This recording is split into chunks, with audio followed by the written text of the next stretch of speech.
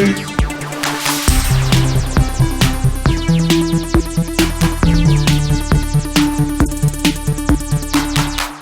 everyone, welcome to GameFace on Sifted Games at Sifted.net. This is episode 162. You may think that the industry is a little quiet right now, but this show begs to differ. We have 11 different topics in today's show. Some people made some comments about last week's show. I said, we need to get through all these, and then we talked an hour about Stadia. Yeah. I knew that wasn't going to get short. But I knew we were going to spend a lot of time on Stadia, and therefore... So bring that over here. So we'll share it. There you go. Shane, you missed the... I printed not enough rundowns of the show today, so Matt never happened in 162 episodes. Yeah, I did not print enough rundowns, so we're going to share pretty good track record there. But we do have 11 topics today, so I don't want to spend too much on the intro of the show. Thanks to everybody, all our patrons on Patreon. The month turned over. Thanks to everybody who stuck with us for the month. We really appreciate it. We got some new folks in on our Give Me Credit Patreon tier. You'll see them at the end of the list. It's running at the bottom of the screen right now. A couple notes before we get going. As usual, if you're watching this on YouTube, we'd really appreciate it if you could help us on Patreon. It would be great. If you can't do that, you can give us $2.50 for free every single month via Twitch Prime. All that stuff is down in the description. It takes like a minute. We'd really appreciate it if you guys could do that for us. So without further ado, let's get on with the show. Not a ton of big games coming out this week. No, but we already had a couple. Yeah. So we're just kind of buckling down and waiting for Mortal Kombat, pretty much. April might be a little tough. Yeah. We may have to work a little bit to get some shows together, but we've been through it before, and we'll do it again. But probably the biggest game of the week that was released was the new Yoshi game for Nintendo Switch, Yoshi's Crafted World. I've been playing the game now for pretty much the entire weekend. I'm pretty much at the end of it, so I think I have a pretty good grasp on it at this point. If you guys remember, I talked about this game on the show after the demo that they had put up on the eShop, and I was not a gigantic fan of the game after playing the demo, and as it turns out, now that I played the final game, that demo was the first level in the entire game, so it was kind of a training level, which makes sense, as particularly when you look at my criticisms of it, how simple it was, and how it didn't really go very deep. That all adds up now that I realized it was the very first level in the game. I've dove a lot deeper into it at this point, and I will say just right off the bat that my impressions of the game have improved. I like the game more than I did when I played the demo. I will say this, though. The engine in this game, I don't know where they got it from, but it's certainly not the same engine that's running games like Breath of the Wild or Super Mario Odyssey. It has technical issues, despite being a very simple game, lots of flat, shaded textures, not a lot of polygonal complexity, but there are some moments in the game and cutscenes where the game chugs, which is a little strange.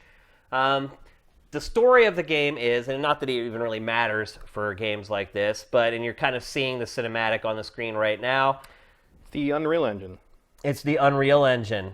I don't know how to take that, actually. I don't know what to say about that. You would think the Unreal Engine would be able to run a little better than this, and typically it would, I think, but maybe they're just not masters at utilizing it. But I was right in that it wasn't the same engine that they were using on those other games. That's true.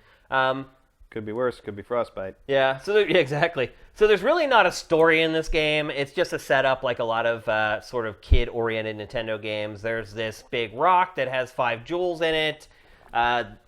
Someone shows up, you fight over it, there's a weird explosion, the jewels go flying everywhere, and then it's a race to be the first to collect the 5 jewels. Have you ever had a situation in life where you solved the problem by having to plug things you found into another thing? Like only in Resident Evil. Like, is it... It's such a common convention in video games, but has anyone ever needed to do that unless you consider, like, I don't know, unless you make, like, a big stone display for where your bills go? Yeah. The funny part is if you look at the facial expressions on the Yoshis here, they look just about as apathetic towards the story as I was. So I'm not alone on that one, apparently. But it's basically just a setup to get you to go and collect 5 gems. The way the game is structured, it's set up a lot like a 2D Mario game. There's like a world overview screen and a predetermined path through that overview screen, through that map. And you basically have to tackle the game linearly. There's not a lot of branching paths where you can kind of choose 2 different ways to go. You kind of have to keep trudging forward. And I think a big part of why it's designed that way is because when you go to a new world, after you've finished all the levels in one world, when you go to another one, you need a certain number of flowers to unlock that next world. And it's not like crazy hardcore where, oh, okay, well, there were 10 possible flowers on that last level, and you need at least 8 or 9 of them to get. It's not like that. Like, I've always had an abundance of flowers to unlock the new levels. Maybe towards the end, I mean, I feel like I'm at the end of the game already, and I haven't got to a place where I was like, oh, I need to go back and replay some of these other levels to get enough flowers to open up the next one. So it's pretty gentle in that way, and pretty much every other way. To the best of my recollection, I've died twice the entire time. And both those times that happened, it was basically one of those levels where you're automatically getting shoveled through the level and something big just fell on Yoshi and just killed him instantly. It wasn't like an attrition thing where I took enough hits over like 10 minutes that I just died. Does it take place on an island? It kind of... I'm just looking for Flippin' Island, looking for evidence that the Flippin' Island thing well, is you true. can see my homage in the lower third there. I was like, I have to make sure that I mention flipping somehow in the lower third when we talk about this game. And so the game is mostly linear. In between some stages, what you're seeing right now, this gumball machine, the game has loot boxes, which is weird. There's a gumball machine. So as you play, you collect gold coins. And then you spend those gold coins on the gumball machine. And the gumball machine, you put your coins in, and then something comes out, and it's like a capsule toy, basically, that comes out. You don't know what's in it till it cracks open. It's a loot box, basically. Here you're seeing me pay the toll to unlock the next set of stages. So, while the game is linear, it does do a good job of kind of building your skills and your knowledge of the game as you go.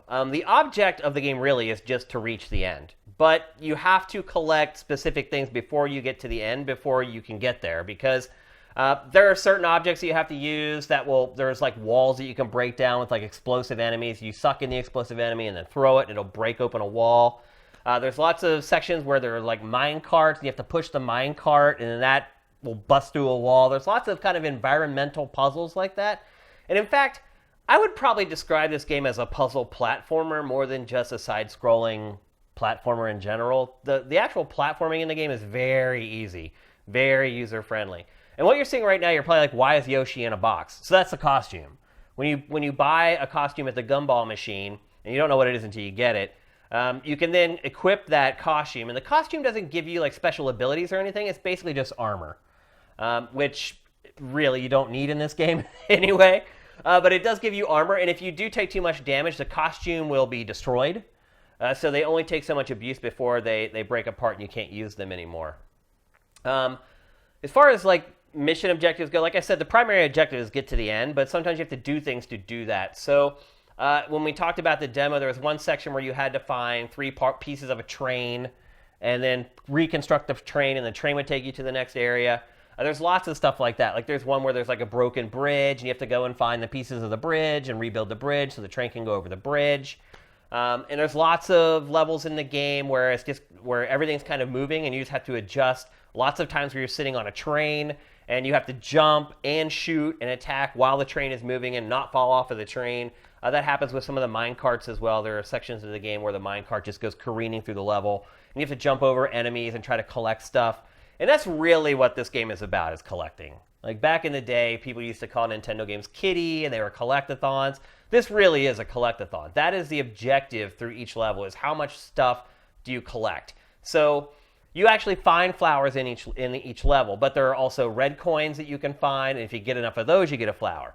The gold coins that you're seeing, if you get every 100 of those you get a flower. So it's not just, oh, there's a flower, now I've collected it, now I've got all the ones on the level. You have to earn some just by searching every nook and cranny of the game to try to find coins and other items like that. The reason it's, that we thought, or the fake name was Yoshi's Flipping Island, is because a big part of the game is how it flips perspective. So it looks like a 2D game, but there are parts of the game where you can walk into the level and you'll be kind of behind some of the objects. And then there are other parts of the game where the actual world flips and you see it from the other side, and you have to actually like navigate stuff that you couldn't see at all before. And there's little diversions like this, obviously, where you have like a mech Yoshi and you're just beating up buildings trying to get through it. no matter what the permutation or the combination or the idea, all of it's really easy. This game to me is targeted at 6 to 7, 8-year-old kids. And even them, I think, would probably have a laugh at the difficulty in this game. There's no difficulty settings, so you can't make it any more challenging if you'd like to. I've spent, I don't know, around 10 hours playing it so far, and I think I'm pretty much at the end, so it's not a gigantic game. There is incentive to go back and perfect each level if you want to. Go back and collect every coin, collect every flower. It's not a lot of incentive, but there's some slight incentive to do it. I have no interest in going back and doing that again. This is kind of one of those games where once you complete something, you're like, okay, I got everything out of that I needed at this point. When I drafted this game on my team, I think it was an alternate. Yeah, that sounds right. And I think I said this game's going to get a 7.5, and that'll be good enough for me for a game as an alternate. And right now, its Metacritic is sitting at 7.5. It's better than my first pick, which is sitting at 55. Yeah, so. Well, yeah, I have Anthem in other leagues as well, so I feel your pain. Go read that Jason Schreier article and illuminate yourself. Yeah, well, I think you did a good job illuminating already. I mean, you had talked about the engine as being a big problem all along, and lo and behold, they do cite that again. But clearly, there was a lot more in addition. It's one of the reasons, but not the only reason. Yeah. So Jason Schreier again put out another great piece today. It's on Sifted right now. He basically talks about the whole behind-the-scenes stuff about Anthem and what happened with the game, and it's a pretty interesting read to say the least. Explains a few things too. Yeah, it definitely does. But anyway, back to Yoshi. The game is full priced. I have a big problem buying this game at full price, but we've said it before, the problem with Nintendo games is they never really go on sale. I would probably pay $40 for this game. I think it's probably the right price for it. A full price game that you only get 10 hours out of or something like that to me is a really hard sell. There are so many other games you can spend less and get way more gameplay out of. But it's another Yoshi game. Yoshi games are always kind of these mediocre B-team games from Nintendo that are short and easy, but cute.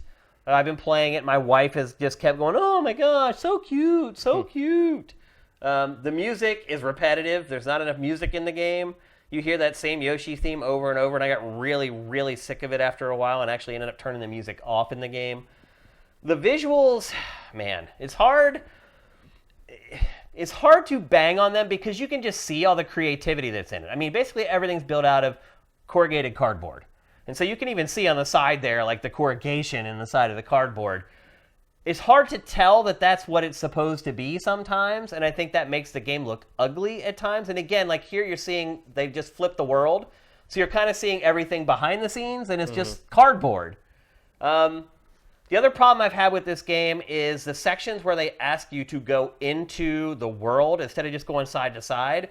It's the pathfinding for those is hard. So a lot of times you're like, oh, I think I can go into the world. You try, and Yoshi won't go in. And so you move on, and then you realize, oh no, he could go back in that pathway. The game just has weird like hit detection. It wasn't letting me go back in there. So it's a little annoying in that regard. But overall, it's just like a fun, mindless, whimsical experience.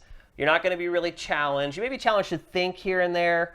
Like I said, it's really more of a puzzle platformer. You kind of got to figure out, okay, what do I need to shoot with the eggs to trigger this or trigger that? Or how can I get somewhere in the environment so that I have a clear shot at tossing an egg at an item? Because some items in the game that you collect, you don't have to physically touch them. You can just shoot them with an egg, and you can claim them that way.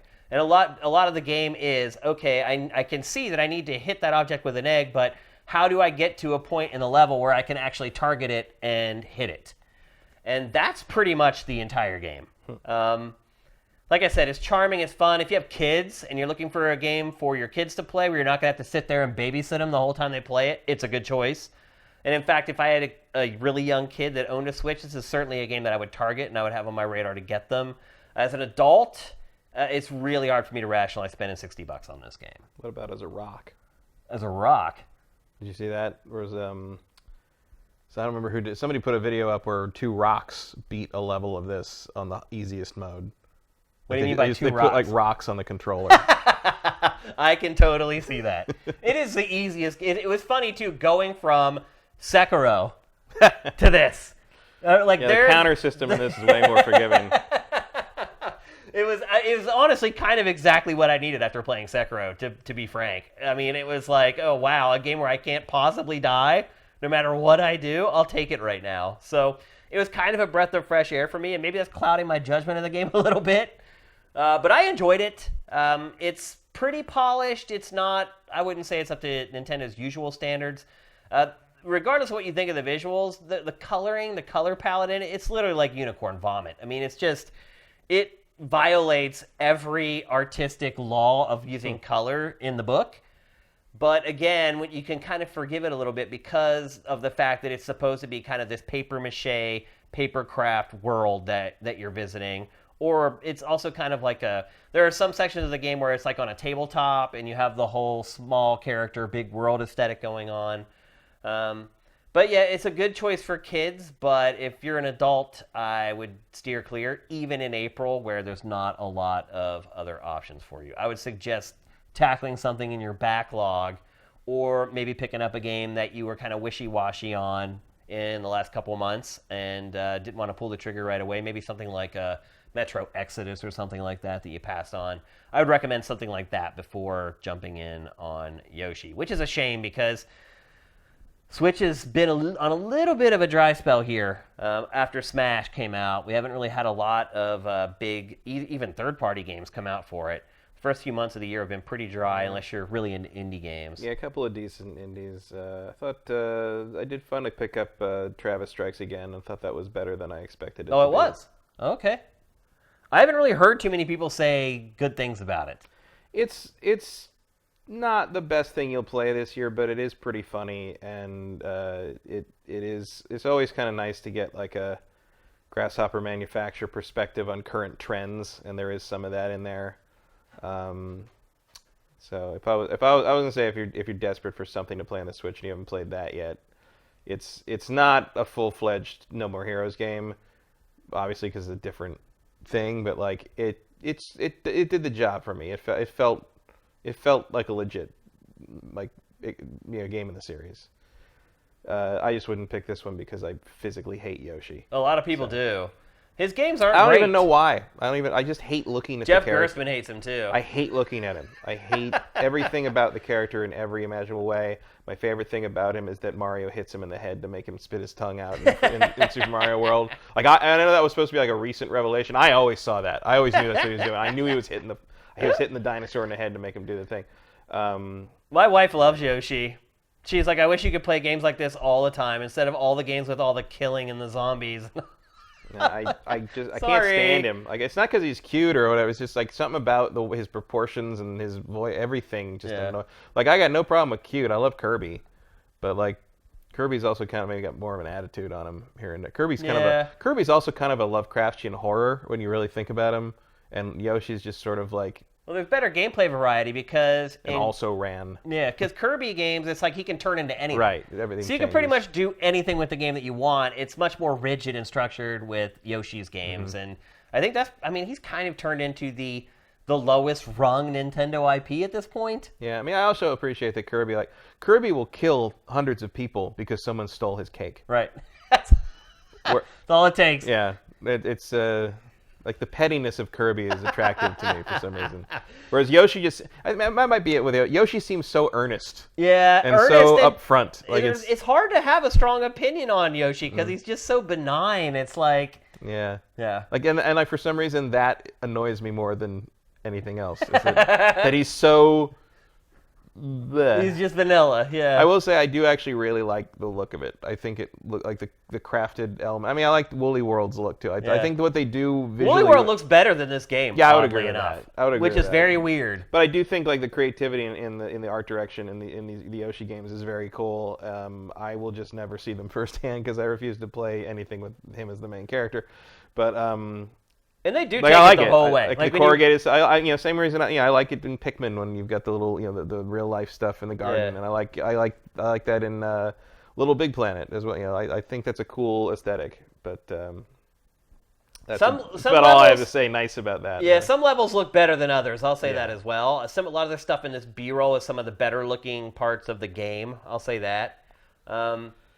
But it's just the colors in it. It's like it hurts my eyes to look at it. It's like every color on the planet is in every level of this game. There's really not themes to it, so to speak. Yeah, well, it beats brown and gray. That's true, which we get more than enough of in every other franchise. So there you go. Yoshi's Crafted World. I do not recommend it as a purchase at full price for most people, and sadly, you'll probably never find it on discount either. So I guess I'm just saying it's a pass, ultimately.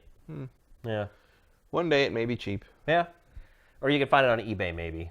Somebody plays it. But even there, the prices are usually close to retail. Yeah, but I mean, for something like this, I would probably hold off until like at some point Nintendo by the end of the year is going to do like a digital sale for like $19.99. I'm pretty sure. Like physical copies don't drop in price very far ever because they usually go out of print before they can drop that far.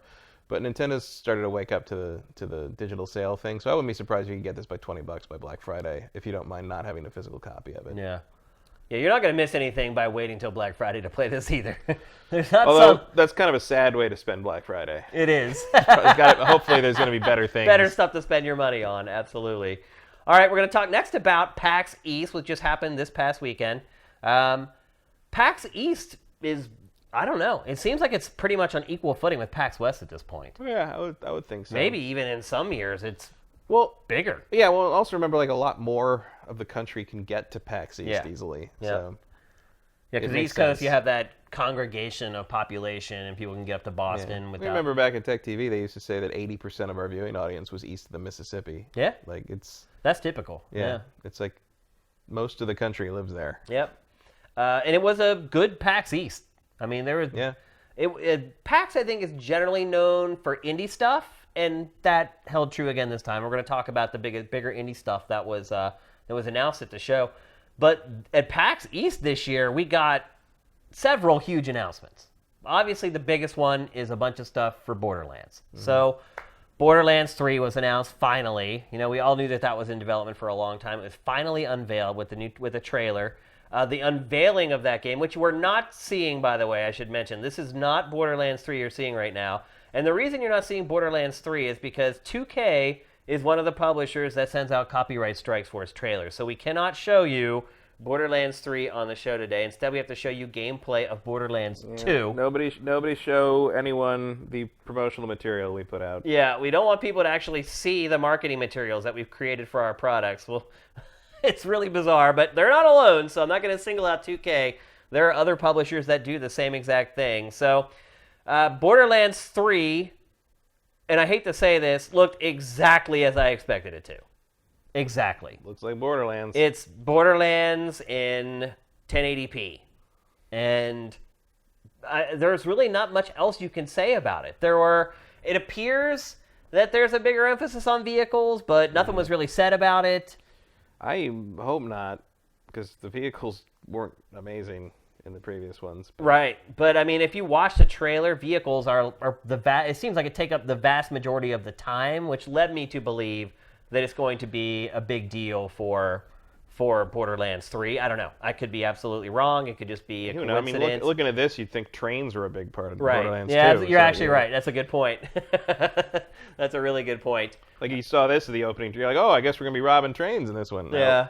I mean, I will say this. They stuck with the same art style, but it looks a lot better.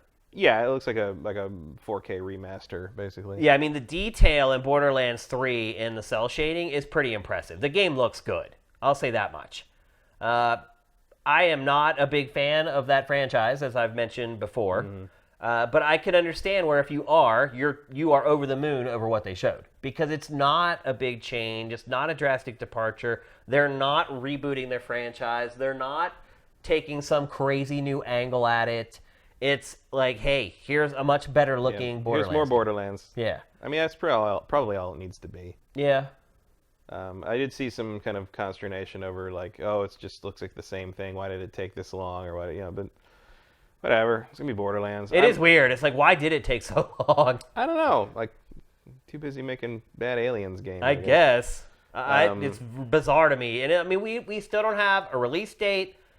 They haven't announced platforms. I think it's pretty safe to say. Pretty much everything. Yeah. I mean, you think it'll come to Switch?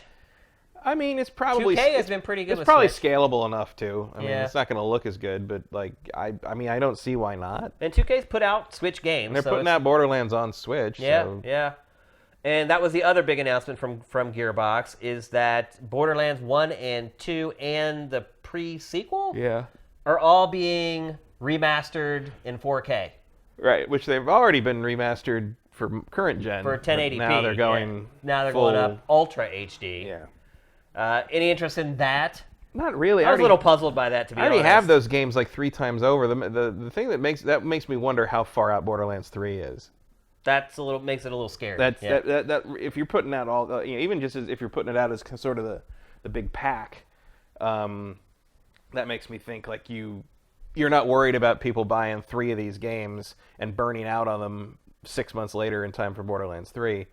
I mean, I guess we'll see, but they didn't say anything about a release date. Nothing. No release date, no platforms, nothing. They're just like, here's the trailer. And their unveiling was so painful. I don't know if their TriCaster there was having problems at PAX, but the video kept stuttering. Randy blamed the PAX equipment. Right. Which I'm guessing was whoever they hired to come in and direct all that stuff. Their TriCaster or whatever they were using just crapped out. And imagine working on a game for 5 years. I'm assuming they worked on it at least 5 years. And then you got to unveil it, and that's what happens. They had to try to show the trailer like 3 times. And at that point, it had already been uploaded to their YouTube channel. It was it was pretty bad. This is why people do direct, Yeah. not live presentations. Yeah, yeah, and maybe that's a lesson for other publishers going forward.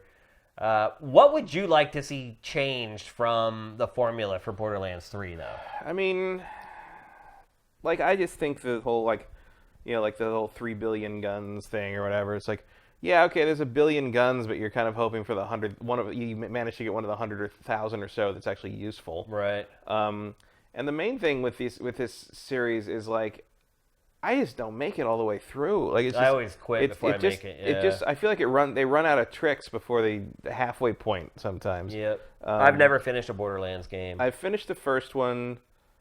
I finished the second one, but I never finished any of the DLC for the second one.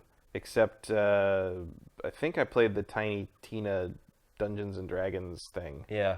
But like, they're just immense, and like, it's a looter game. It's I get it. It's like, that's kind of what those kind of things are.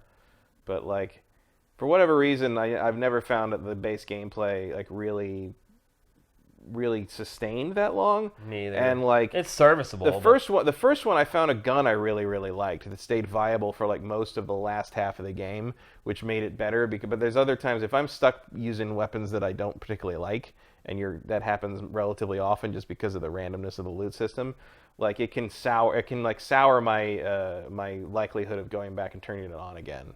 If I know that I'm not going to have like weaponry I like to use, because they can talk about how like what crazy and awesome it is, but really it's like, okay, I got a shotgun that shoots like 5 missiles at once. He's like, but really, what does that do? You miss with 3 of the 5 missiles, and you run out of ammo in 5 shots. Yeah. It's like, so what? What good is it really? Yeah, it's like a neat trick, but in the end, it's sort of like what you really want is a standard assault rifle with some kind of elemental damage. Right. And it's just I just like them to make more of the crazy stuff more viable for like regular use. You know what I mean? That would be kind of my one criticism that I'd like to see implemented going forward. Other than that, I mean, they clearly have a winning formula for the most part. I wouldn't mind seeing the humor maybe step up a 1 notch on the maturity level a little bit. Like it's a little. These games have a T rating though, don't they? Do they? I don't think they're M. I feel like anything where you're blowing heads off is going to give you an M. I don't know. I mean, the cover's a guy blowing his head. I mean, I wonder what the cover is. So in the cover, are they going to figure out a way to get that guy to shoot himself 3 times? Yeah. Like, I wonder what that's going to be. I thought Borderlands. They gotta be M. I didn't think there was blood in those games. No, you can blow heads up in that. You can blow and like grenades like cause like jibs and stuff. It's gotta be. If it's M rated, then you're right. I mean, the humor should match its ESRB rating. Yeah. Well, I mean, like mature in a sense, like does everything have to be a poop joke kind of thing? Like just I mean, it's still the humor they have now will still get you the M rating. It's just I'd like to see it elevate a little bit. Yeah. And more Claptrap. I like Claptrap. Claptrap. I know he's a He's a divisive figure. Really? People don't like him? A lot of people hate him. Yeah. Really? I like him. I mean, it's always interesting because you always have your pulse on fandom. You always know like what the fans of a particular franchise like or don't like about a franchise. I'm always oblivious to it. Like I don't get into like the fan groups or anything. Like I just play the games. Also, I like Claptrap because back in the day, the group I used to play online, everything online with, one of the guys in the group sounded exactly like he was personality-wise and sound and voice-wise, it was him. And I remember coming back to I played it at some event or something, and I came back and I was online. And I'm like, guys, like, Magus is in the Borderlands game. He is the robot. Like, really. And they're like, what? Yeah. And, of course, the game comes out and plays. And like, we all join in like a 4-player co-op. And it starts playing. And Claptrap starts talking. And he finishes, like, his first, like, little speech. And one of the other guys in the group goes, holy shit. Like, it was just like, yeah, totally. The moment of realization. Like the tone, the desperate like me thing. Like, it was totally him. So he kind of became the new we like Claptrap because he was like just like our friend. Right, so, right. And like eventually the friend was able to kind of embrace that. Early on he was not super happy. He's kind of was he aware that people hated that character? Eventually, yeah. But he in the end, I would describe him as a cross between Claptrap and Teddy from Persona 4. Oh, so geez. Try to imagine that. He was a good kid. That's a good thing because if he wasn't, he'd be doomed. No, everyone's moved on now and everything's fine and everything turned out okay. But yeah, for a while there, we're like, whew. So when do you think Borderlands 3 is coming, Matt? I mean, it wouldn't shock me to see it like late next year. Late next year? Yeah. Like I feel like given what they've shown and given the release of the remasters, like feels like you maybe put those out later this year and then put 3 out late next year. Maybe it might be a good like August, September, like early in the holiday season release, like just to get ahead of things. You would think if it were coming this year, they would have at least mentioned that. Yeah, I would think so. I mean, it'd have been like coming 2019. Yeah, or you'd see like, I mean, at the very least, if we don't see anything further in that regard in terms of details at E3, I think 2020 is a pretty safe bet. Yeah, it looks really polished. But I would guess it's past. It's not in this fiscal. Yeah, which means like after March next year would be my solid bet. Makes sense to me. If they weren't doing the remasters of the other 3, I might guess earlier, but I just feel like that feels like a you can't put those two things out too close to one another. Yeah. So. Or unless they put it out like 3 months before, just so people have just enough time to finish those before. Yeah, it just feels like putting out, here's a pack of like 3 almost identical games that all last like 100+ hours. That's a good. Nobody will want to buy the third one. Like, what's the difference at that point? Yeah, people are like, I've had enough of this. I don't want to buy Borderlands. Like, unless you're like a hardcore Borderlands fan who's already played them all and you desperately need new content, and there's a fairly large audience for that, I think. But I just feel like you don't want to. You don't want to kind of like give them a better deal that close to the releasing your full price new sequel. So I'm going to guess that Borderlands 3 is probably like a year out from whenever they release the remasters. I think that's a safe bet. Let's move on to some other games that were shown at PAX East. Probably the other big one was Wolfenstein Youngblood. We knew about this game. It wasn't debuted. In fact, I drafted this game on my team as well. The first trailer they put out for it was basically just a cinematic. Yeah, just showed the two girls. The two girls, and so you knew, okay, there's these 2 girls that you're going to team up and play with. This at PAX, we finally get the first look at gameplay from it. Did you get a chance to check it out? No, I'm doing that right now. On-the-fly training. The one thing that strikes me about this is it appears that first-person, hand-to-hand stuff is going to be a bigger deal than it was in other Wolfenstein games. Which makes some sense, I think, in the wake of Doom. I think the satisfaction of kind of Doom's like kills and close-up combat. It doesn't surprise me that has sort of found its way into Wolfenstein. Even like when I did replay Wolfenstein. Which one? Both of the New Colossus, New Order, the New Order, New Blood, New Order, was it? The first one and the second one, I didn't play the old Blood. Okay. So New Order and the New Colossus. Yep. And I did feel like, I wish I could do the Doom thing where I run up and do some more melee stuff. So I feel like that's actually a pretty good addition. Game looks ace. Yeah. It is. We have kind of figured out at this point though that it is a spin-off. It's not. It's kind of like a side game. It's not like a full-fledged sequel. No, but I mean, it's BJ's daughters. I think was it like 20 years later. Yeah. What was the other spin-off that they did? Blood. They did the Old Dragon? Blood. Dragon was Blood Dragon's Far Far Cry. Cry. Yeah. Old Blood Old Blood was the spin-off. was the basically the remake of the original Wolfenstein. Right. Like basically the backstory of because New Order kind of implies that the BJ you're playing has been through the events of what we think of as the original Wolfenstein 3D in some form, and then Old Blood basically tells that story. Gotcha. So it's a prequel to the and that's kind of what this is. It's like a side story. I don't know if the pricing is going to be cheaper yet. I don't know. It wouldn't shock me if it was like 40 or something. Yeah. It feels it's sort of the new dawn of Wolfenstein. Yeah. Side story that's sort of a sequel that maybe isn't the next capital E entry, but like here's some fun stuff to kind of keep you busy. I'll tell you though, Far Cry New Dawn ended up being big. Like I spent a lot of time playing that game for what was like a spin-off. I mean, I probably got close to 40 hours maybe. Yeah, I'd say I was around there. By the time it was all said and done. Yeah, I mean that doesn't feel like a spin-off to me. You get that much playtime out of a game. No. Well, I probably liked it better than 5 overall. I found it less annoying in terms. I liked some story. parts of it better, some parts worse. So probably as a wash for me. I liked both games. I thought New Dawn had more fun weaponry, like the blade shooter and like I like the improvised weapon. Where like you can see kind of your sniper rifles made out of like an oxygen tank and like a screwdriver and stuff. Some duct tape. Cool. Yeah. Like it was fun. It's probably the my favorite of the Far Cries since Primal. What? And I understand why it didn't sell tremendously well, just because it is more of the same. And they probably do need to really evaluate how they present the villains in these games. Yeah. They've been doing it the same since 2012, and I don't think it really works anymore. Well, I think but I still love running around shooting things and stealth. I mean, you give me a bow and arrow and outpost to take over, and I'm going to be happy. I think the problem too is that they market those games. They market the villains extensively with those games, but then you play the game and you're like, wait a minute, where's the villain? You end up seeing them like 2 or 3 times throughout the course of the game, and they're not a big part of the story generally. So it's a little bit of false advertising. There's got to be a way to integrate the main villains more into kind of the way the game unfolds more, especially because at a certain point, like it happened in New Dawn too, where there's points where like by the time like the later, there's always a later scene, maybe 2/3 through the game, where the villains kind of strike back at you, and like you get captured, or like they capture someone that's important to you, or they do something, and like.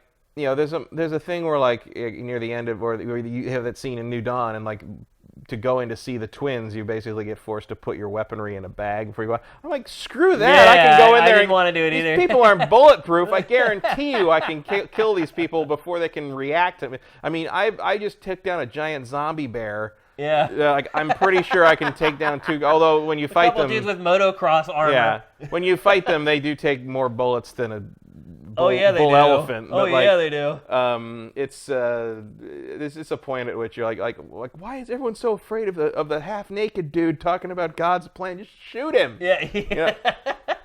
Yeah. You go talk to him and get one of the other 14 people at your camp that doesn't do anything all day to snipe him from about 100 yards out, and we got it. We're done. We're fine. Yep.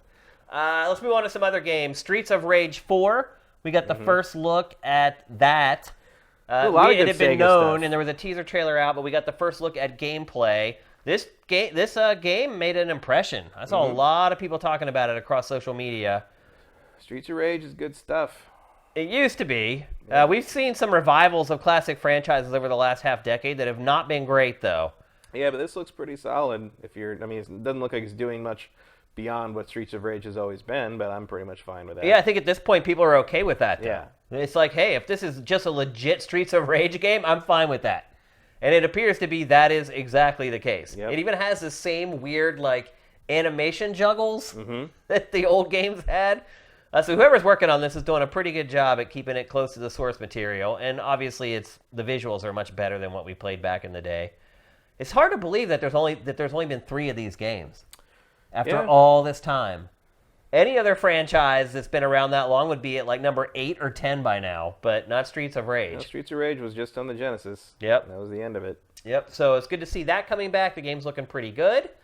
Next up, Divinity Fallen Heroes. So people know Divinity Original Sin as a genre that franchise is known for, but they're switching gears with this one.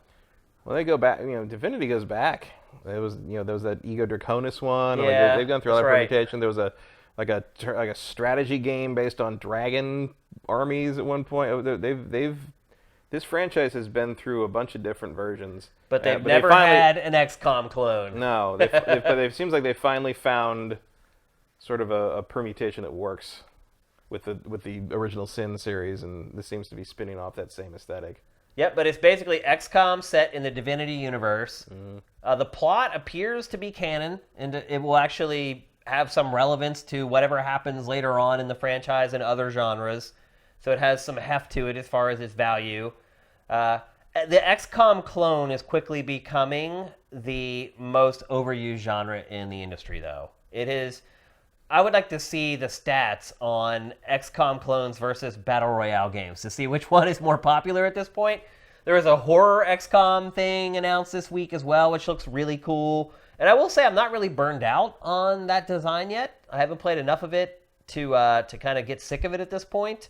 But it is starting to become like, I know I have to write a lot of blurbs for curation on Sifted, and I'm to the point where I can't say it's blah, blah, blah in XCOM anymore. Because I've written it so many times, I'm like, all right, I need to find a new way to say this.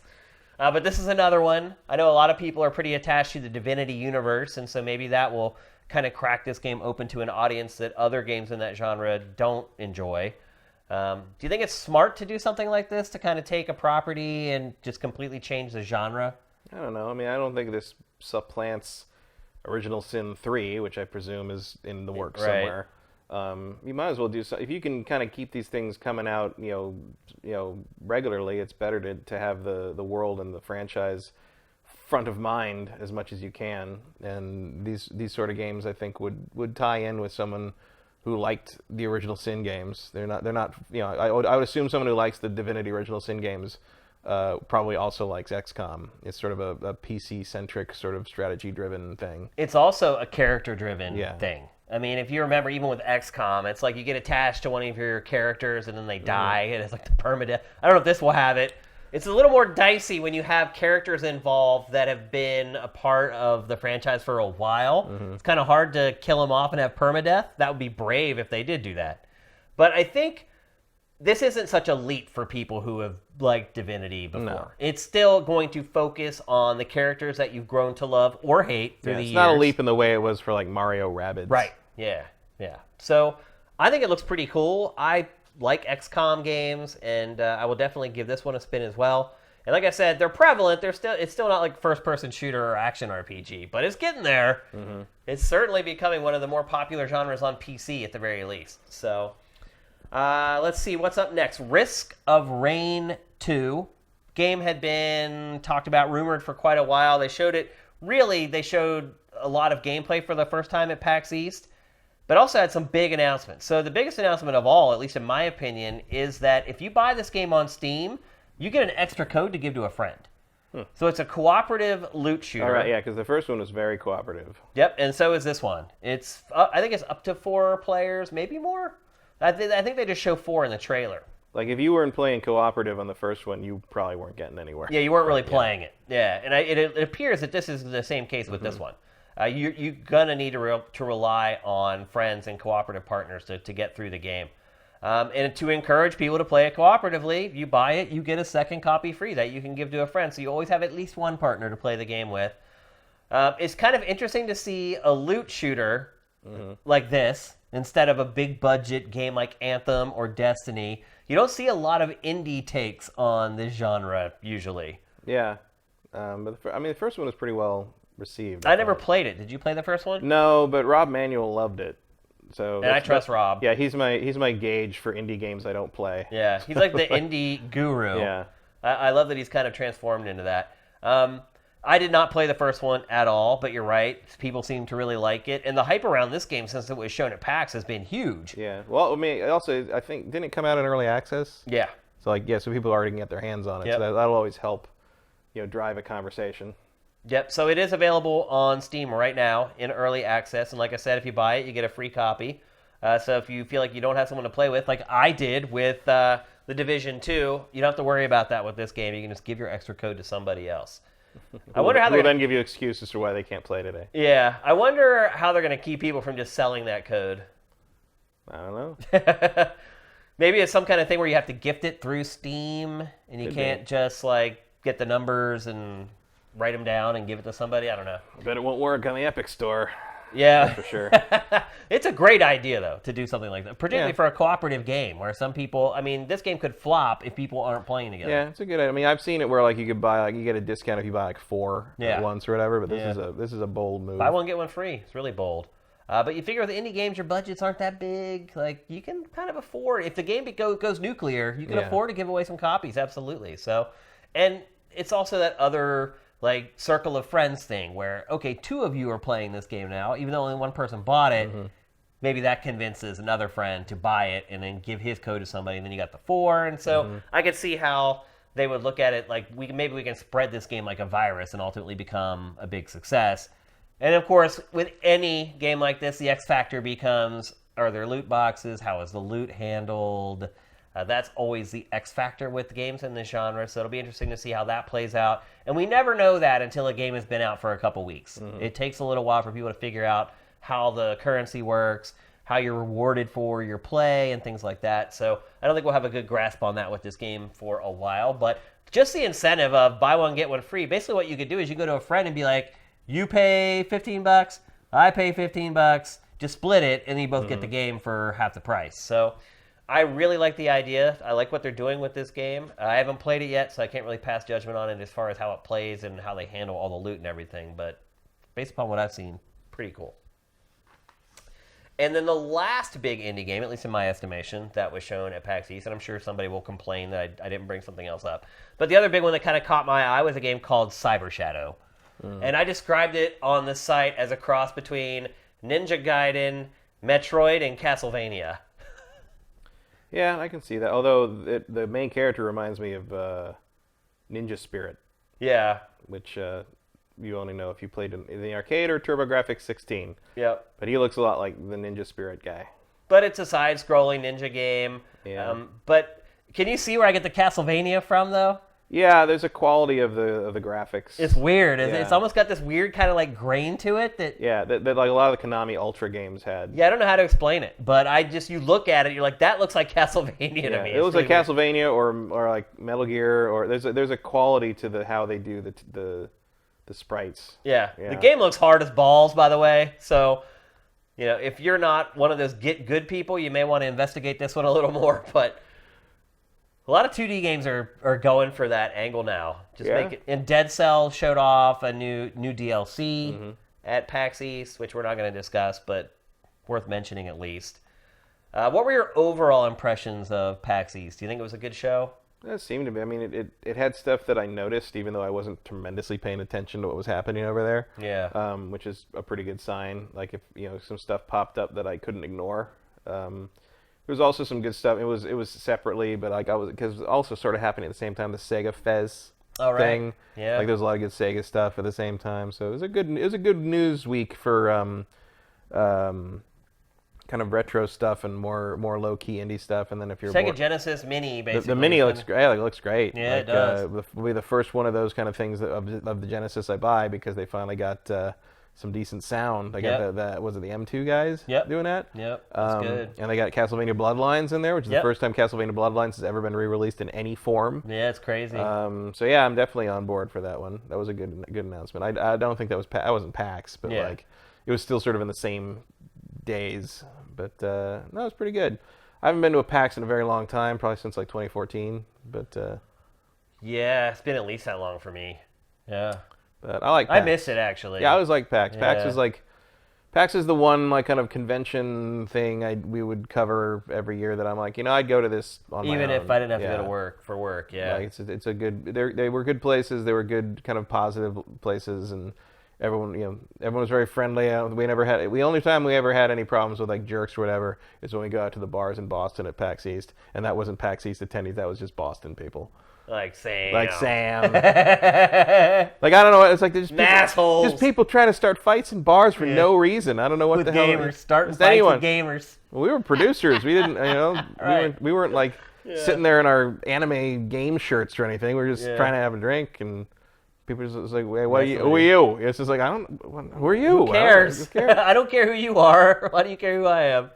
I think back, like, I used to have to go to every convention, every event, and since I launched Sifted, I don't do hardly any of that anymore because there's just really no reason for us to go because it's really expensive and you end up getting the same stuff everybody else. There's just really little reason. Like, the journalists who still go on these things, they're going because they want to travel and they want to. It's not see really everybody. And it's not for work. It's not social thing. Yeah, it's not that they're going to get better coverage if they go. And it became less and less useful as cameras became more. There was a time when we were like one of the 3 people with cameras at these things. Yeah. And now everybody's got a camera. Everyone's doing their own. After the event's over, they put out their own interview that they shot and cut. And because they're all going off of a bullet-pointed list of what they can or cannot talk about, they provide the same information as GameSpot or IG. Yeah. There's just no reason. So it's become like movie junkets. Yeah. Where everybody lines up in a hotel ballroom and asks the same questions. It even was starting to get to a point in some of these games events, they would do the same thing as some movie junkets where you didn't even bring your own crew. Right. They had everything set up. And you come in, and you do your interview, and then they just hand you the file. Hand you the file, yeah. They're like, we don't want your crews in here messing all this crap up. When you think about it, it is a more efficient way to do it. It is, but it makes it impossible to personalize your content. You're getting the same thing as everybody else. So once that started, I was like, and I'm launching Sifted, I'm like, there's no reason for us to spend money going to these things. So in hindsight, I'm like, okay, well, what conventions do I miss that I don't really attend anymore? And I don't really miss any of them. I went to all of them so many times that I had already gotten to the point where I'm not really seeing anything changing or anything new when I go to these anymore. The one that I do miss, though, is PAX. And unfortunately, it is a convention that does not happen in LA or San Francisco. It's all the way in Seattle. So the cost to go to that or to Boston is more expensive. We got a Borderlands 3 box art reveal from Wario 64. Rating pending. Did anyone ever figure out if Borderlands was rated M? I guarantee you it's an M. Yeah. But PAX is the one that I do miss. It's the one that I wish I would still go to if I could rationalize it from a business perspective. But, I can just look at the traffic on Sifted during any of the PAXs, and that's enough to tell me that going there for work is not a good decision. Yeah. It's mostly indie stuff, and people don't really watch that Well, I very used to feel that way also when we cover like E3 and stuff on G4, and like we'd be having the crews roaming around the floor. But then I'd see some kid with like a monopod and a phone, like taping the same thing or whatever. I'm just like, he's gonna have that up before we do. Oh yeah, way before. Like he's gonna put that up now. Yeah. We gotta literally from his cell phone. Yeah, we got to take it to the edit trailer, and then we got to bring it back and air it at like 5 p.m. this afternoon. And by that point, it's going to be old news. That was one of the things that we did at GT. Another thing that we did first was shooting off screens. We were like the first people to do it. Like, get good cameras, hire crews, and just shoot stuff off screens. Yeah, I remember because that was it was verboten for a long time. And finally, I'm like, we can't get footage of this directly, so just shoot off the screen. And the bosses were like, well, I'm like, Game Trailers does it all the time, and Game Trailers is kicking our ass. So let's go ahead and do it. So And we got good at it. All our camera crews got really good at balancing the image. We got really good at capturing audio from it. We'd take lav mics just to tape to the speakers, and sometimes it was hard to tell that we had shot the stuff off screen. And I remember there would be times where I'm like, here, this is off the screen. And they're like, that's not off the screen. I'm like, it is off the screen. People couldn't tell. Some people couldn't tell. Something else that we did that everyone started copying. And then after we did that for a while, we were like, because you're right, you start thinking about it. You're like, why are we going to take this back to the edit bay? We have to bring somebody in to do a stand-up to introduce it. We have to shoot that. We have to send all that back in. It has to be cut. It was just like, why? And so we started when developers, instead of doing interviews, we were like, no. You play the game and talk while you play the game. And we started developer walkthroughs, and now everybody does that when they go to events. They let the developer play through the game, and now it's a thing. So it is crazy how you start to reevaluate how you start covering that stuff as what the industry gives you starts to change. And because of that, because the industry was like, look, everyone's getting the same thing. It got to the point where I would go and do interviews the way I had always done them, and people would pull me aside afterwards and be like, hey, that's really not what we're going for here. I'm like, I don't care what you're going for.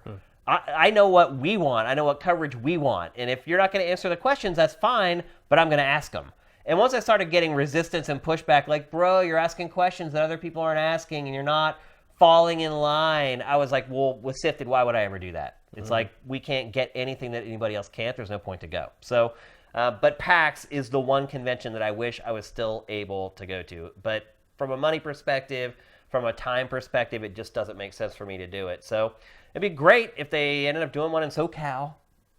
But the PAX West is in Seattle, so it just seems like that's where they're from. Yeah, and it's a close enough flight from California. I don't see a need for a California one. Well, it's still a 3-hour flight to Seattle.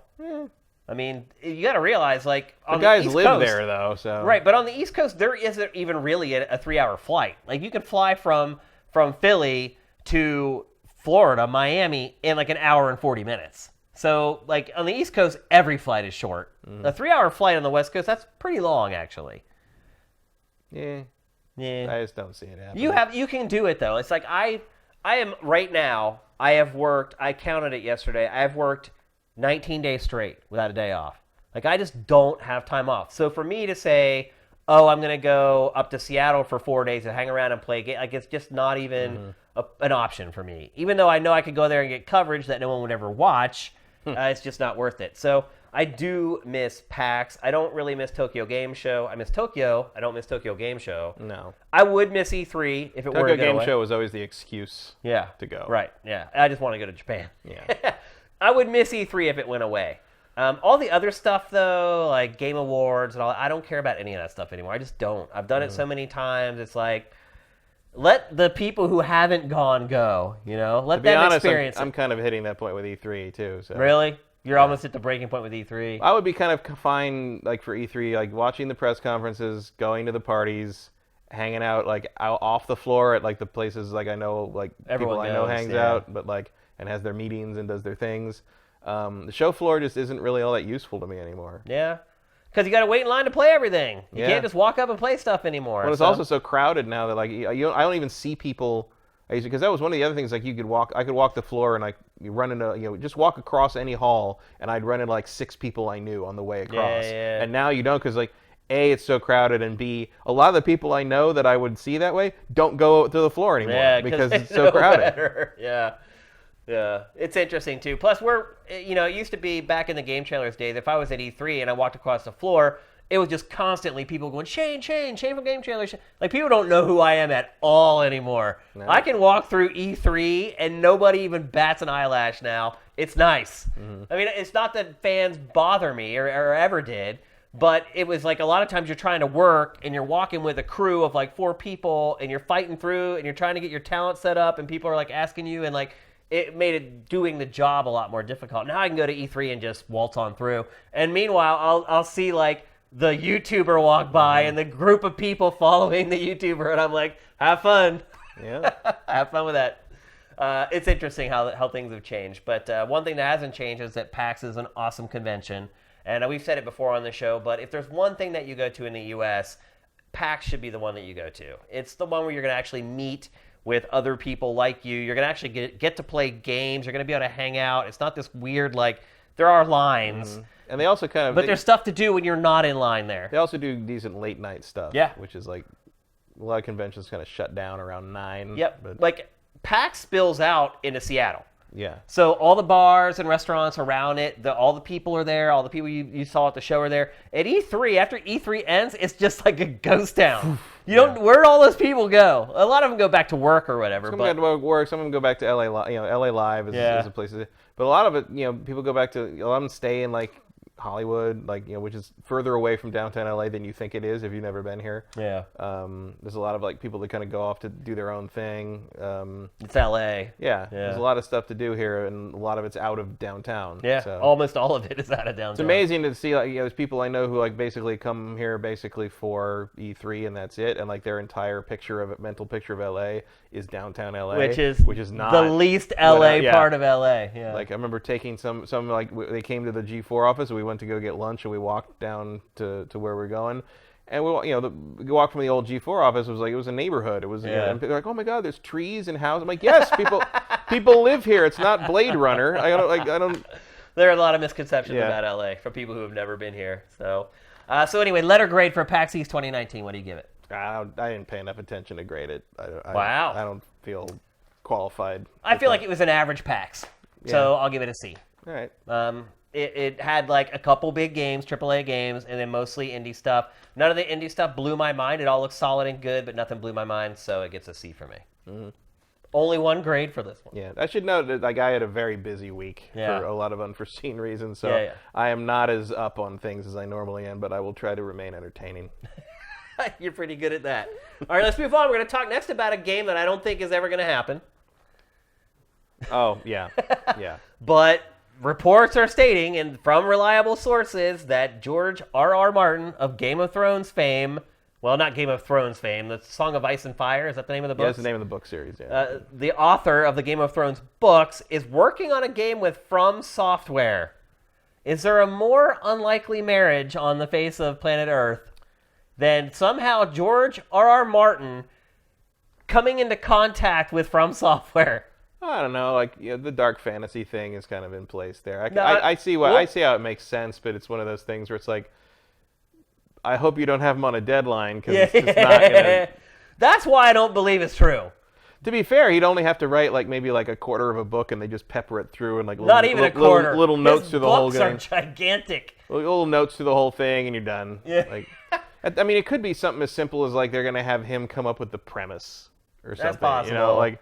And then slather his name on it like he did more than he actually did. But other people are going to actually write this stuff. You know what I mean? Kind of like what happened with Kingdoms of Amalur, where they brought in, what's his name? R.A. Salvatore to like do the world and kind of design the narrative of what it was. And then I think most of the game was actually written by folks that were at the studio. Yeah, studio people. So I could see it be like that because you don't want to depend on this man for the actual script. I don't think because.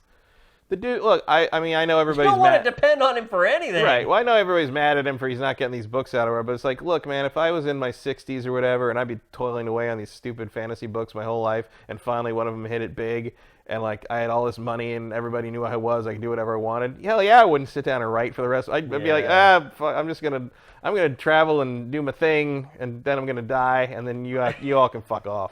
Pretty much. That's basically what I think. It's basically. I mean, I think he'll get the next one out like next year or something. But will we ever see the final book 7? No way. No way. Honestly, especially once the show ends this year, and he's like, "Oh, it'll be different," but who cares? I think what happened. Go watch the show. You're done. Once the show lapped him, he had no incentive anymore to finish the books. It's like, wait a minute, you know the story now. Because I told the producers of the show what's going to happen. Yeah, they have the framework of whatever. Yeah, they know what he's going to write. And I think it's also a combination of like I think he's might be kind of waiting to see how they end it, and then I think he's going to do something different. Because people inevitably. A certain segment of the fans are going to be angry, right? And so he'll pacify them by giving them the ending that the half of the fans that are angry wanted. Oh, I don't think that's what'll happen. No, he doesn't give a shit about what the fans. want. Okay, good. He's just he'll just decide what he doesn't like about how they end the show, and he'll write it his way. Even if it's completely different from what he originally intended. Because remember, this is also the man who got very annoyed that people guessed the Jon Snow twist. Right. Even though it was like foreshadowed from like book 1. Like it was like, if you are paying attention at all reading those books, you know basically where he's going with that. And it annoyed him that people called that. Well, and I'm like, but that just means you wrote it correctly. Right. Like that just means you knew where you were going. Yeah. It's called foreshadowing. Yeah. If you go back and watch the first 2 seasons of Game of Thrones now, it will blow your mind. At the foreshadowing that is in there. It's all there. All of it. Yeah. It's crazy. Like that plan was so in place when they started. Yeah. It's called good storytelling. It's the opposite of what Lost did. It is. No, you're right. And it's the opposite of what's happening with The Walking Dead and a lot of other big shows. So you can't tell a mystery story if you don't know who done it. Yeah, it's true. JJ. Yeah.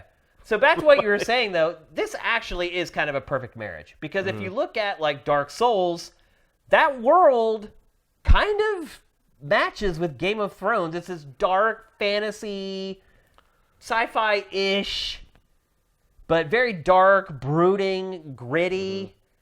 I mean, this could be a Game of Thrones game.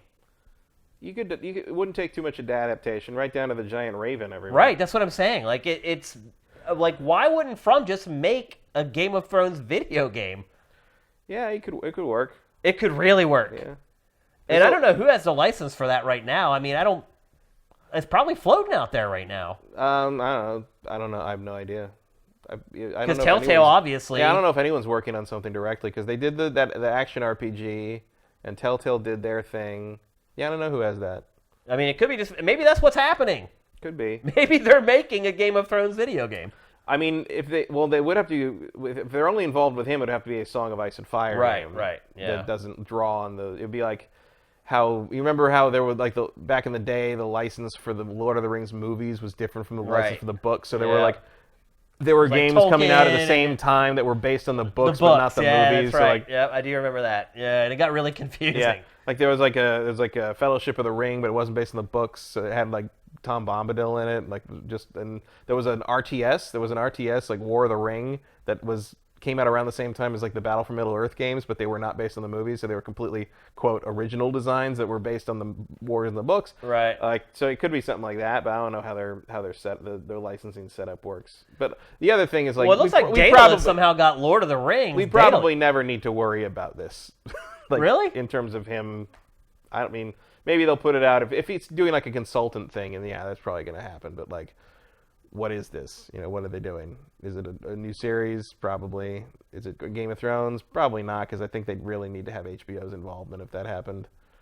Which they could. I mean, they could, but I feel like that would have been announced as part of it as well. Yeah, because they're coming into the final season here a couple weeks. I can't believe it's 2 weeks away from the final season of Game of Thrones. Yeah, chances are I think we're dealing with if this thing ends up existing, it's going to be a new IP that just has his name all over it. George R. R. Martin's... Blah, blah, blah, something of Ice and Fire or something. George R. R. Martin's dimly lit spiritual spirits or something like that. I mean, if it's up to scratch, which it's a From game, which means it probably will, I mean, do you think it would sell better than Bloodborne and Dark Souls and Sekiro?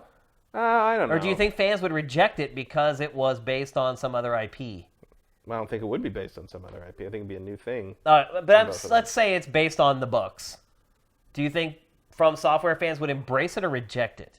I don't know. It depends what it was. If it was just another Souls game hosed down in Game of Thrones juice, then probably. They would reject it? They would take it. They would take it, yeah. But then you wonder, okay, if you make this game, can it be a From Software game? Because you think of how many casual people are going to pick it up and play it? Yeah, I mean, this might be the real test of From putting an easy mode in something. Right, yeah. But I don't think it's Game of Thrones. I think it's a new thing. Just going to have his name on it. That's weird.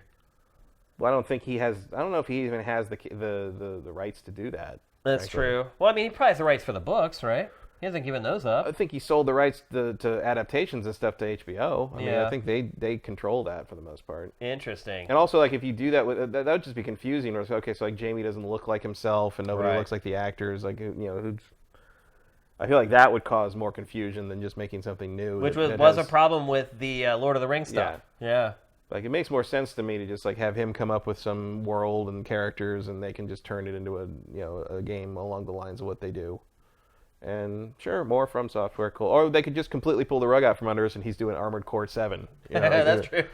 Who knows? I would say this, though. Typically, when you bring in people from outside games to work on stuff like this, it usually doesn't work out very well. Like, if you just take their name, it's fine. Tom Clancy, fine.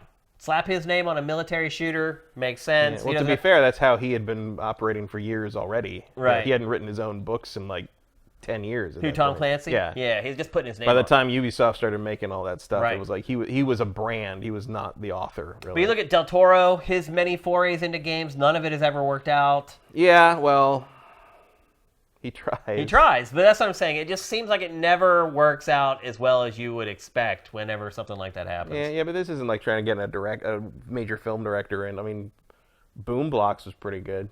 It was. That was Spielberg. But I question how much he had to do with that game. Well, exactly. That's kind of how I feel about this. Is like, he's probably going to write up some stuff on some napkins, and they'll get to slap his name on the box. And he'll make a couple million.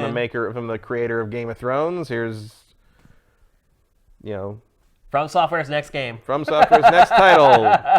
Soul Games. Soul Games of Seats of Power. Soul Games of Thrones.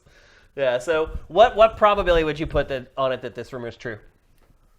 Oh, is it just a rumor percentage? Now? I mean, it is just a rumor. It hasn't been officially announced by From or anyone else.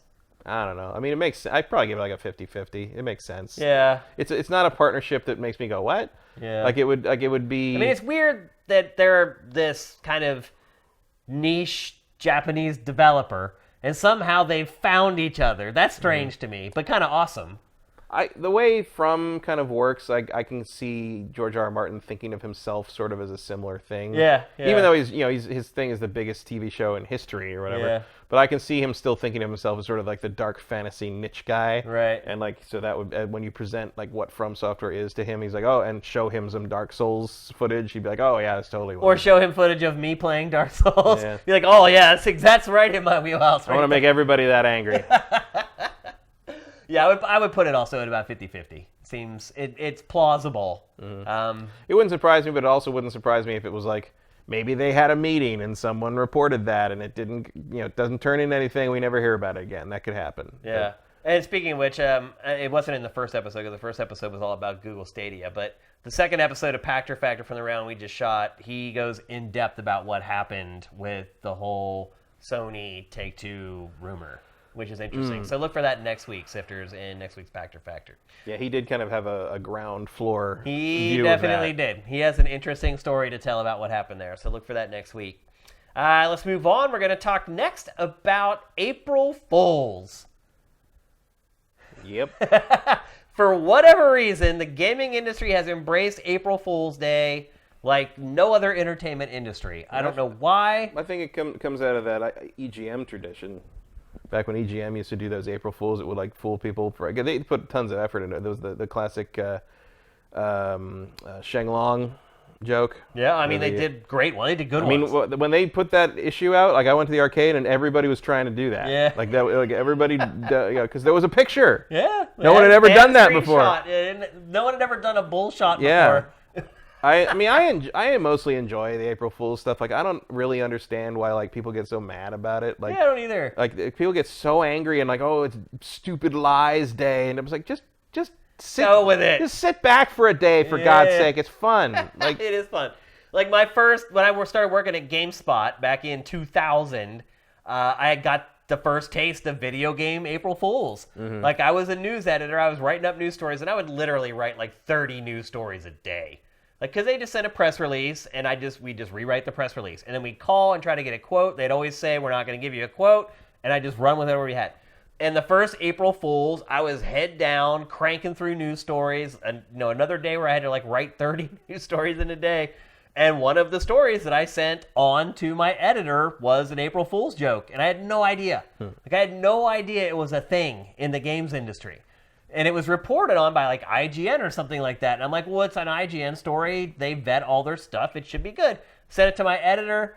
And he emails me back. He's like, "This is an April Fool's joke." And I was like, "Really?" And he's like, "Oh, absolutely." And I was like, I had no idea. So that was my indoctrination into the gaming April Fool's thing, and it has just kept going year after year. Like, do movies really do stuff like this?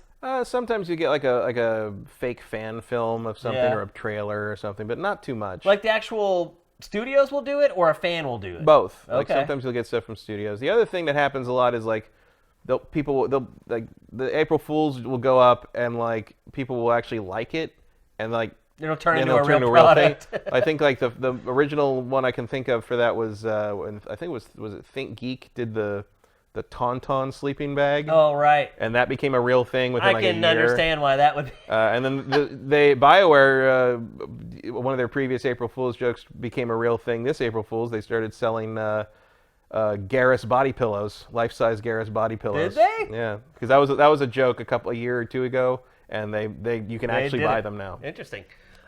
So there were literally dozens and dozens of jokes yesterday. I mean, the main problem, I guess, is that a lot of them are just dumb. Yeah. Like if like a really well produced or well thought out one can be one of the best things of the year sometimes. Yeah. But sometimes it's just like like the Kirby thing was pretty good. I didn't even see that. It was they did like a Kirby Box Boy swap thing. I didn't even see Kirby that. was going to be a square now, basically. Oh, I totally missed that. But it was like a Box Boy reference. That sucks. We're not going to talk about it. I missed that somehow. So I think that was the first one I saw, even though I couldn't quite get like some. I remember what the tweet was. But some tweet was like I woke up this morning and Elon Musk had put out a song about Harambe the gorilla and Jim Carrey is in a beef with the granddaughter of Mussolini, and like neither of those were jokes, so I don't know how to do April Fools anymore. I don't know what's real anymore. So that's funny. Well, there were a bunch of April Fool's gags trailers, jokes, whatever you want to call it. And a lot of these are, in fact, all of these are on Sifted, and we're just going to go through them. And these are the ones that I kind of picked as my favorites. So this is the Control Technicolor filter. Stuff like this is pretty obvious. Like, right away that this is not going to be in the actual game. Oh, I bet it will be. Oh, you think it will be? I bet you can have like an extra or something. So. Why not? If they did it. Yeah, I mean, if it's already there, why not?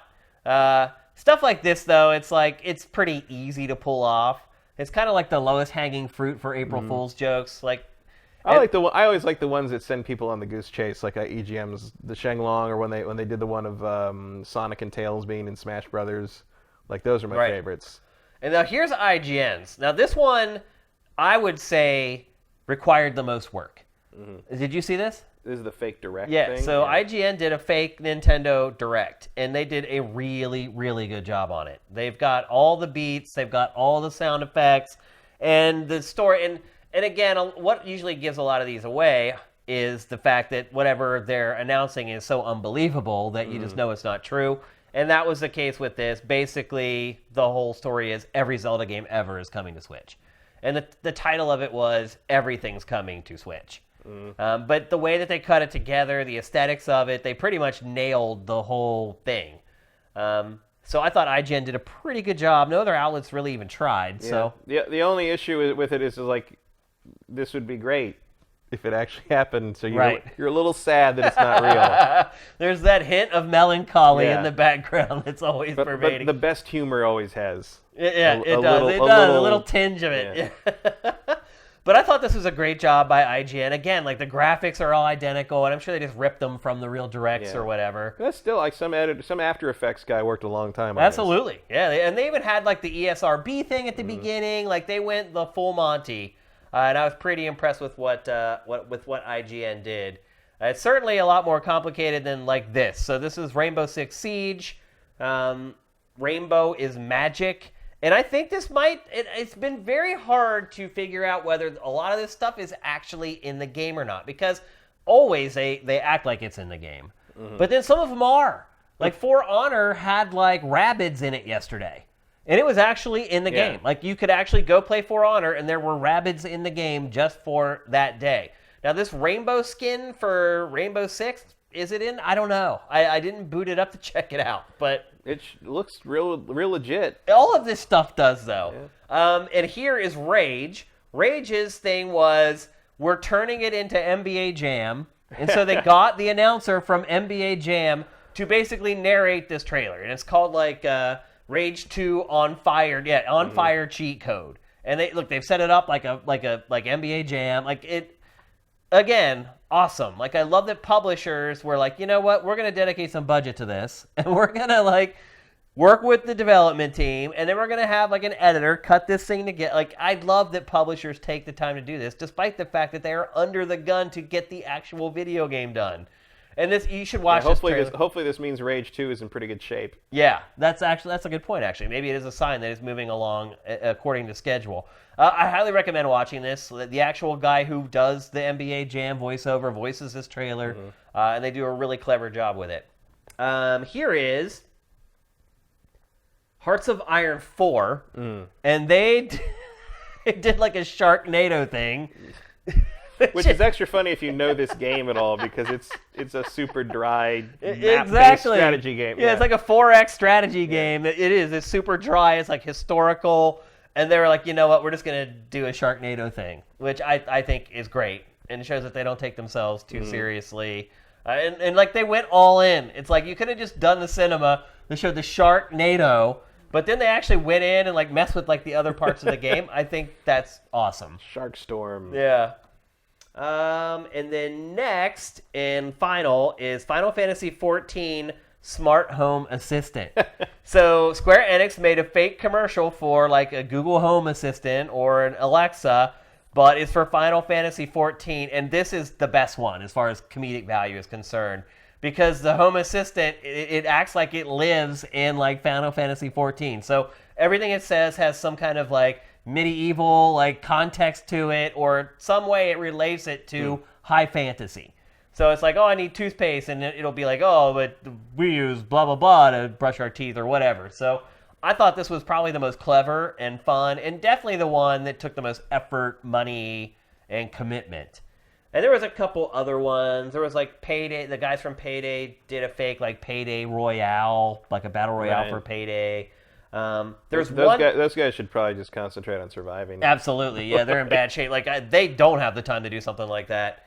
And then there was one that people are still confused on whether it's real or not, and that was R-Type Final 2. I thought that was real. Some people think it's real. The downside of April 1st is that it's the day after the fiscal year ends. Yeah. You know, so a lot of things do get announced that day that are real, but you don't know. Like, what? Yeah, that is. True. I guess that is kind of the real frustration. Is like you want to say stuff the day after your fiscal year ends, but you're like, oh, I guess we better wait till the second. You know. I highly recommend watching this. By the way, it's on Sifted. You can look for Final Fantasy XIV's page, or just search for Final Fantasy XIV. It'll come up. It is really, really funny. And my winner for Best April Fools. But I didn't see the Kirby Box Boy thing, unfortunately. The Kirby thing was not as like heavily produced. It's not as big. It was just kind of a neat.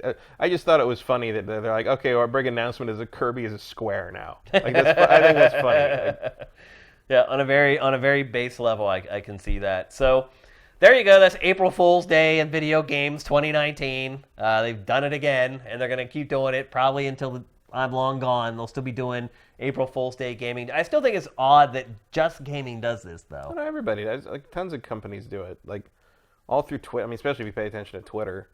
Like, all the fast food ones had some, McDonald's did the all-pickle burger, which pissed a bunch of people off because I guess a bunch of people actually do want an all-pickle burger.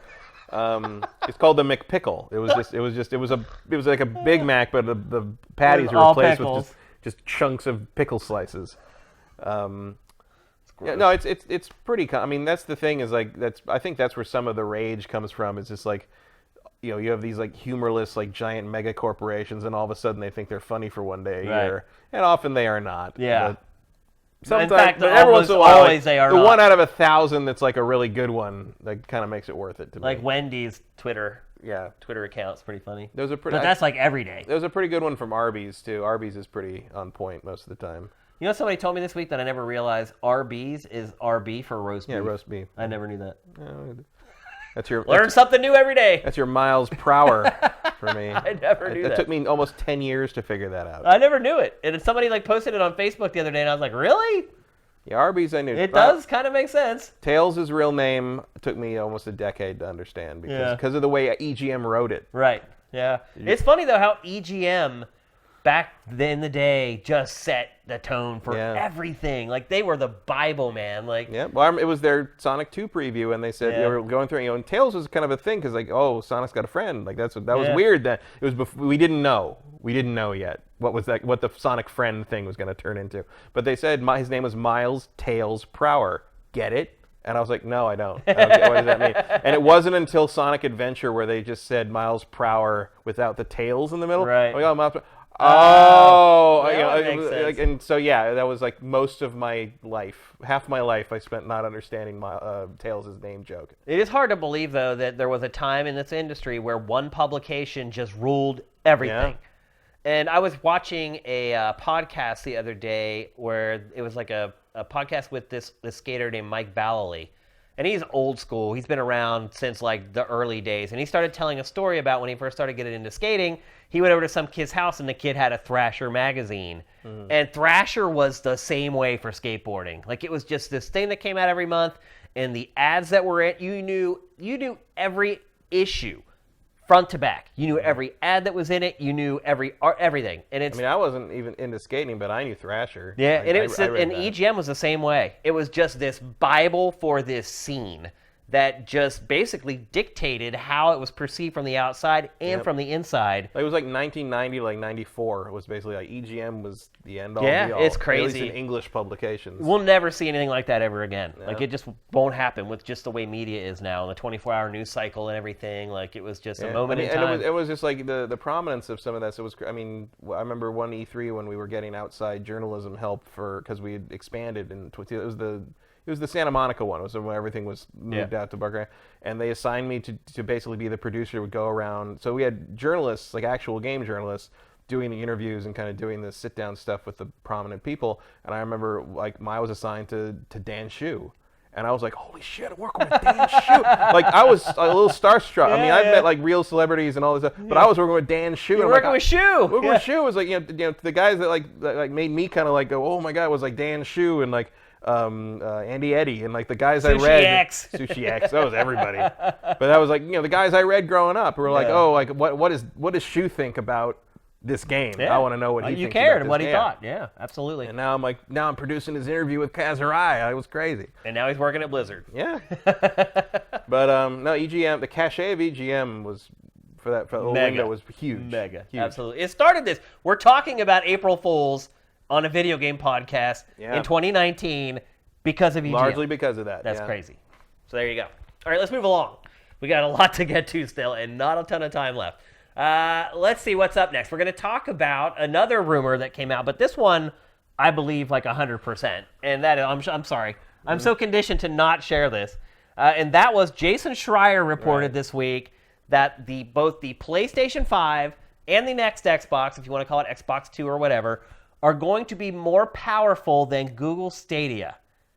So Google Stadia is at what, 10.2 Something like it's like almost 11 teraflops. Almost 11 teraflops.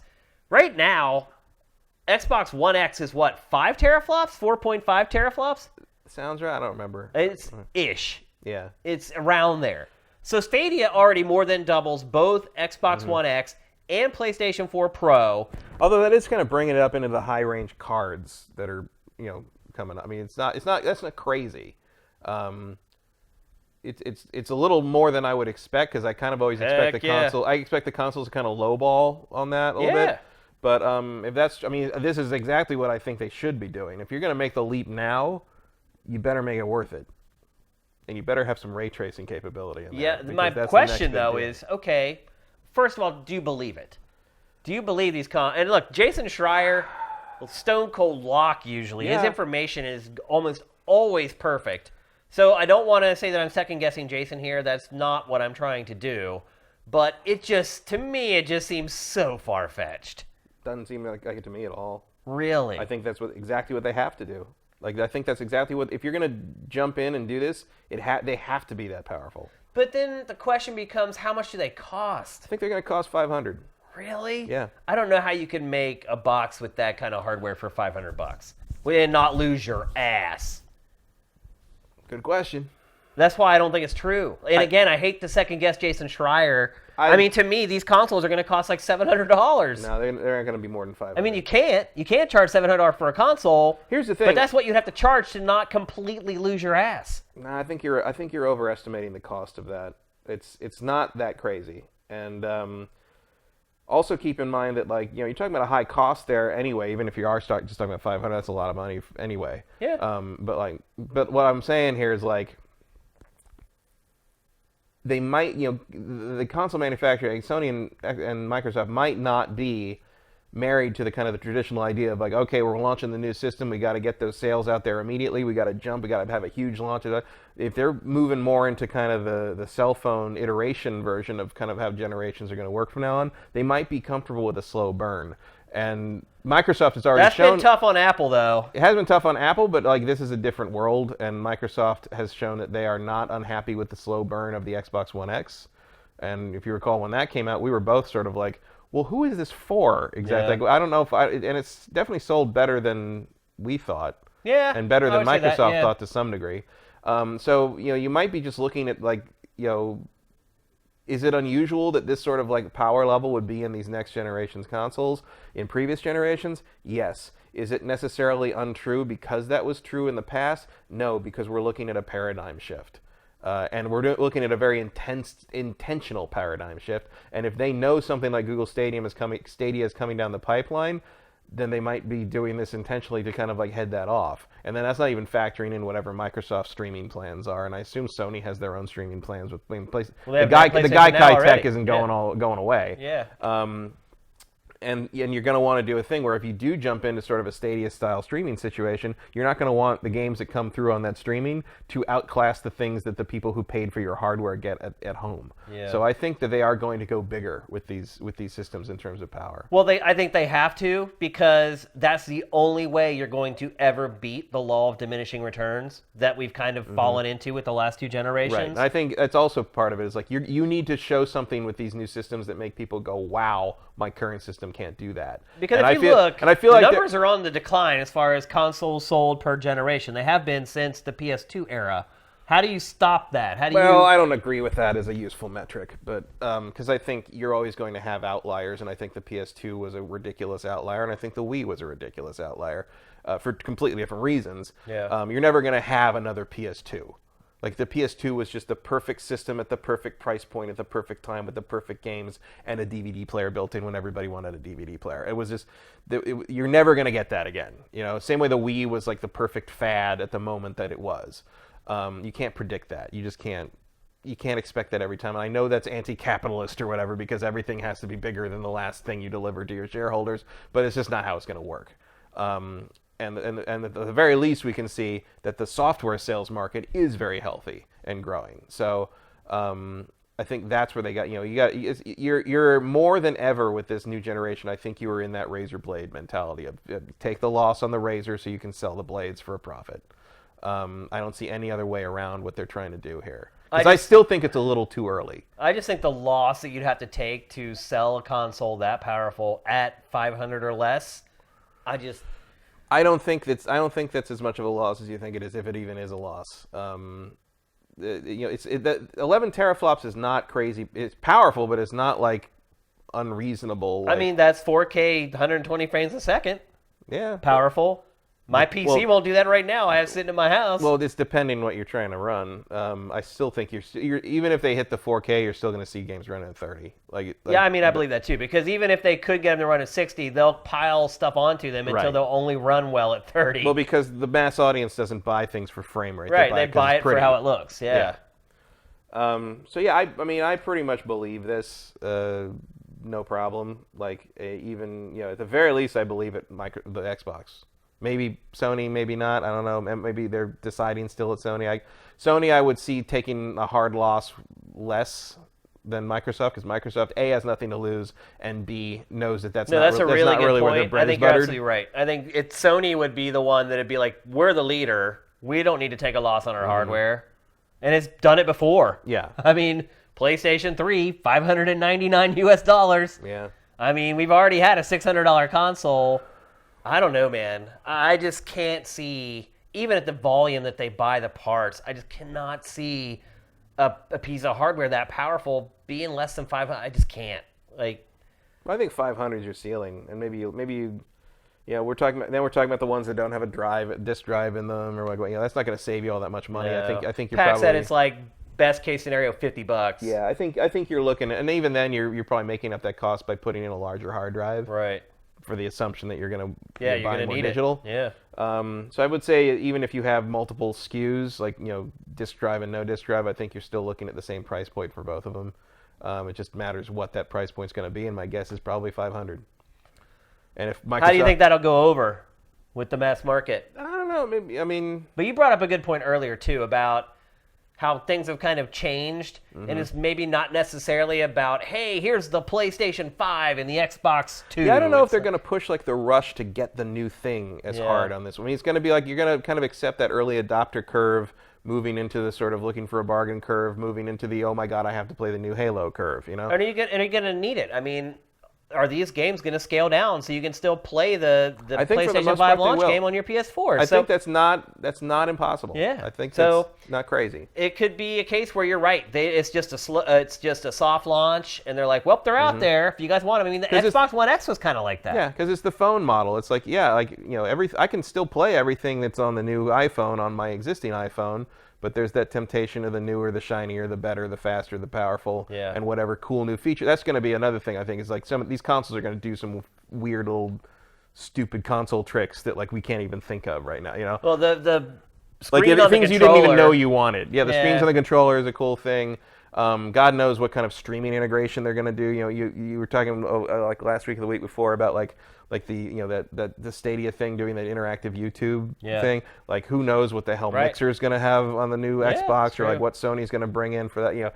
There's a lot of weird little perks and tweak. I was going to say twerks, but that's a very different word. That's a very different word. Perks and tweaks you could do that make these systems an attractive thing in a way outside of just what gaming is, but just what games you get, but also in terms of how you can play the games. You might not be able to play them in the same way on the competing platform. You know what I mean? So I think it's going to be interesting to see, and I think it's going to be more interesting than this generation's announcement, because this generation you had Microsoft really pushing to make the Xbox not a video game console, but like the set-top box of legend, which did not work at all because it just wasn't there.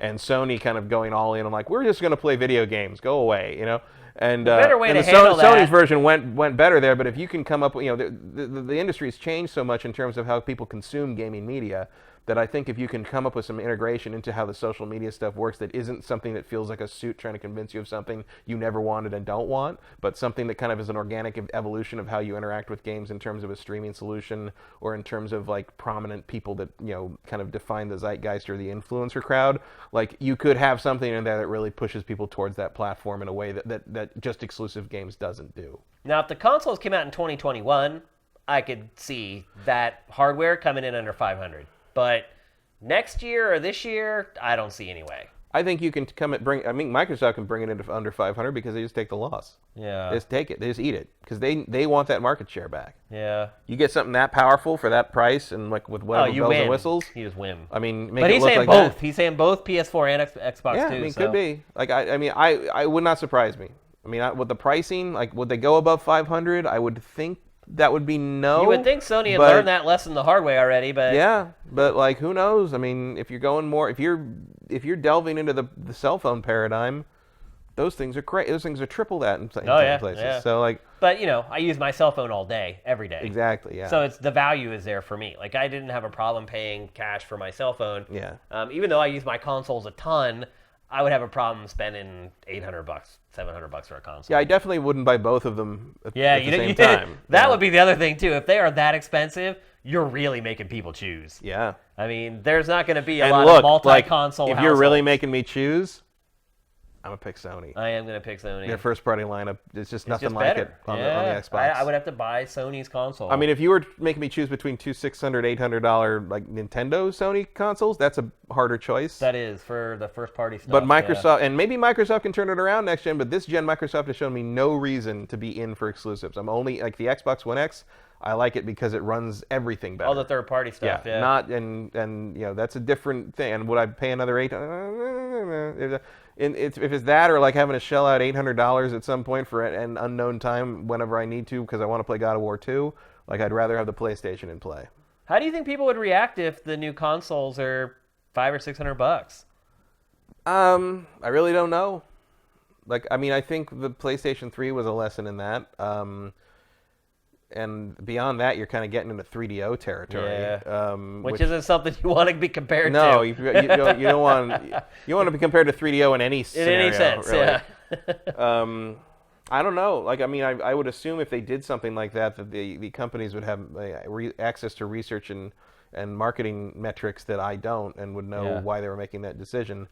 I feel like going over $500 is sort of kiss of death territory. Yeah, I'd agree with that. So it'll be interesting. Look, again, Schreier's never wrong. So yeah, I feel like he wouldn't be saying that if he hadn't gotten some kind of real legit yeah.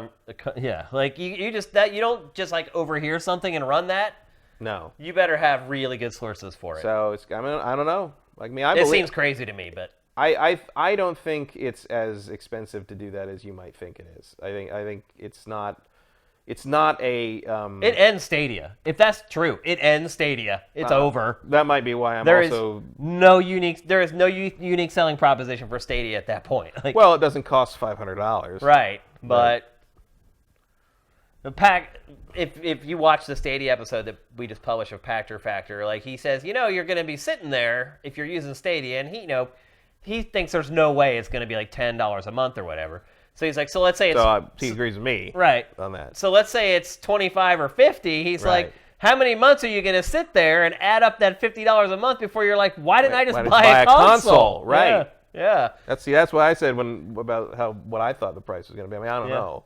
Yeah, nobody knows. He doesn't know either. He has no clue, even with all his But I sources. definitely would come down more on his estimate on I think the monthly fee for that's going to be more than people think it is. Yeah. But he was just saying... I don't blame them for thinking But it's his gonna be point more, was, but... you can't set it at $25 or $50 a month because it makes the math too easy for people to be like, okay, well, in 6 months, I could just own the console. Right. He's I mean, like, you say that, but like that doesn't necessarily stop them. He's like, you have to set the price where it's a no-brainer. He's like, you can't make people think. Right. It's like Netflix. It's like once you cross the $10 a month thing, I'm like, well, wait a minute. Do I really need that? You know, it's like... No, you're right. It's like and it's gone up $1 like every month or every 6 months for like the last 2 years. It's like $14 now. And now it is getting to the point where I'm starting to be like, okay, I think about it now. Yeah, whereas exactly. when it was $9.99, it was just fine. I have a subscription... Which is silly. It's only $4. Like I have a subscription to a particular fighting game channel, like they're basically a production company, and like I've been supporting them for like 9 years, and it's like $2 a month. And every time I haven't watched anything they've done for years, and every time it pops up, I'm like, oh, I should cancel that. It's $2. And then I just forget because it's $2. It's $2. That's what you need it to be. You need it to be like this sort of like extra expense that isn't quite enough for me to think about it. Yeah. $10 is the break point, though. Pretty much, yeah. $10 up until $10, it's just like whatever money. And you also have to remember that, like, especially in the gaming and like kind of geek space, there's a lot of subscription things that are $10 a month vying for your they all add $10 up. a month. Like, they and at a certain up. point, you're spending, you know, with like Patreon stuff, like whatever. That's the other thing he brought up is that like. He's like, eventually you're spending $100 on all this stuff, and you're like, wait a minute, this isn't any cheaper than what I was already doing. Yeah, he's like, everyone's cutting the cord. He's like, that's great until you start to realize that now you're subscribing to 6 different services that are all $10 to $15 a month. Now you're right suddenly back where you you're started. right back where you started, except now you have logins to all these other different things. So it's... You're right, though. Like, now that Netflix is, like, over $10, like, I see the charge, and I'm like, did I watch it this month? Seriously. Like, before I'd even think about you're it. Right. No. Now I'm like, did I watch anything this month? And there are months that go by that I don't watch Netflix at all. Well, because why do you have Netflix now? For the Netflix original stuff. Original stuff, that's it. Yeah. Yeah, that's the only thing I watch it for. Because all the TV shows and, like, movies that I care about are on Hulu now. Yeah. Or I've seen them already. Or they're already there. I bought them on disc. If I want to see a movie, either I see it in the theater or I rent it, like, when it first comes out. So... Or it happens to be on Amazon Prime. Yeah, so that happens a lot. Yeah, I put a poll up on Twitter a few weeks ago that was like basically comparing like Netflix and HBO Go, or just HBO. And I was shocked at how many people said they would rather have Netflix than HBO. But then I thought about it, I'm like, well, I'm older. I've seen all the shows that are on Netflix. A lot of these other people haven't. But to me, it's a no-brainer, HBO. Like, I'm just looking at it like I'm buying a console. I'm like, what exclusive content do I like better? Could I live without Game of Thrones and stuff like that? No. I've lived without Game of Thrones for 4 years. So. But then I'm like... I do still have a subscription to HBO because it's part of my package. But you quit watching it. Yeah. I came back to it with the Battle of the Bastards. That was a good point. I stopped somewhere near the end of Season 4, and I came back for Battle of the Bastards. I went to like a viewing party of that.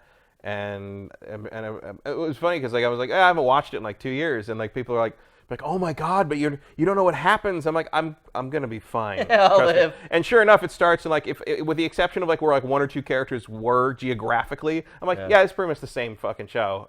Nothing has happened of any note between anybody that's happened, and so I was like caught right up, no problem. Which is sort of my problem with television today in general. The linear, making you wait to watch an episode is ridiculous. Or just like making me wait to see some story development over the course. I mean, it's like Netflix stuff does that all the time, where it's like, you know, Stranger Things Season 2 is one of my big, like, it's like every single character in Stranger Things Season 2 had one piece of character development they were going to have, and they saved it all for the final 2 episodes, so the other 6 episodes was just tap dancing. All set up. It was just waiting and waiting and waiting for something to evolve. Like, I expected Netflix to win that poll, but I didn't expect it to win in a landslide. Oh, I did, because HBO's got nothing else. I mean, HBO has Game of Thrones, and for me, it has John Oliver. But John Oliver puts the bulk of his show up on YouTube like 2 hours after it aired. So when that, by the way, is the second most expensive show on HBO after Game of Thrones to produce. Yeah, that show costs like $13 million a year. Why? I don't know. Oh my god, it's a great show, but they shouldn't cost that much. The Last Week Tonight is a very expensive How many show. writers does he have? Like a billion? A fair number, and they must. turn stuff around pretty fast. They do a lot of international travel stuff. Yeah. I mean, look, I know this because I was doing a thing that was trying to make kind of a replicant of that show, and like once you dig into how much it actually costs, it's like, oh my god, they spend every episode of that show to cost like $1 million plus. That's hard to believe. It's amazing, just because of the logistics and the speed required. Yep. So let's put a number on how likely you think this rumor is that these two consoles are going to be more powerful. Oh, I'm going to say that's like a 70-80% likelihood. I mean, it helps that it's coming from Schreier. It does. Yeah. But so I'd say the source combined with what I think that they're going to do and what they need to do, especially, I would maybe put the likelihood higher for Microsoft. How about this? What if it had come from anyone but Jason Schreier? I might drop that about 10%. Yeah. I agree with that too. Because to me, it just seems very unlikely. But the fact that it's coming from Schreier makes me believe it. Yeah. Helps, that's for sure. For sure. I want to believe. I do want to believe. Let's go Fox Mulder with it. And that helps a lot of times. Wanting to believe, it helps a lot. So I would like the next major console purchase I make to be a powerful beast. Me too. That I wouldn't have to worry about upgrading for the next 10 years, honestly. Even though it's going to be 3 years. Right. It's going to be 3 years till the Xbox 2X. Yeah. Whatever the hell it is. I got to admit, one of my biggest questions about next gen is what are they going to call the Xbox? Yeah. I really don't know. Can you call it Xbox 2? Call it Xbox again. Again, yeah. Xbox again. They had it right at the beginning. They should just call it Xbox. It's like they're rebooting video game franchises now. Just call it the Xbox. Yeah, it's like their the new Suicide Squad is going to be titled The Suicide Squad. It's like if you it's a full reboot. Yeah. It's like if you can do Doom 1, 2, 3, and then call the fourth one just Doom. It's like, what are you worried that someone's going to go buy an original Xbox by accident? That's not a thing. All right, let's move on. And it also makes sense to just brand that as it's an Xbox. What is this? It's an iPhone. Right. I mean, there's a number after it, but does anyone say, what is it? No, it's an iPhone. Only after they make the drastic changes, like after the X. And that was a drastic change, but other than that, they're just iPhones. All right, so we talked about the upcoming PlayStation and Xbox hardware. Now we're going to talk about Nintendo's upcoming hardware, which also was kind of leaked this week by the Wall Street Journal. Wall Street Journal went on record saying that there are 2 new Switch models coming. The first one is, the way they described it was to the Switch the same way the 2DS was to the 3DS. Mm-hmm. So it's going to be a kidified version of the Nintendo Switch. Or some would say streamlined. Streamlined, kidified.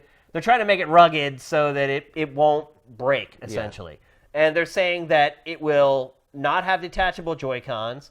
It will not have any rumble, and it will not have a dock, and you cannot play it on a TV. And they basically said, the wording of it made it, called it like a successor to the 3DS. Yeah. Which makes even more sense, is it's just a dedicated handheld that is willing to be dropped, basically. Yeah. They're trying to get everybody to migrate from the 3DS over to the Switch with this cheaper model. Well, look, if there's anything that's going to make that happen, it's the model they're describing in conjunction with Pokemon Sword and Shield. Yeah. Right there, you've got it. Well, they're also saying it's going to come out way before then, though. Yeah, it'll be like a summer thing. This summer.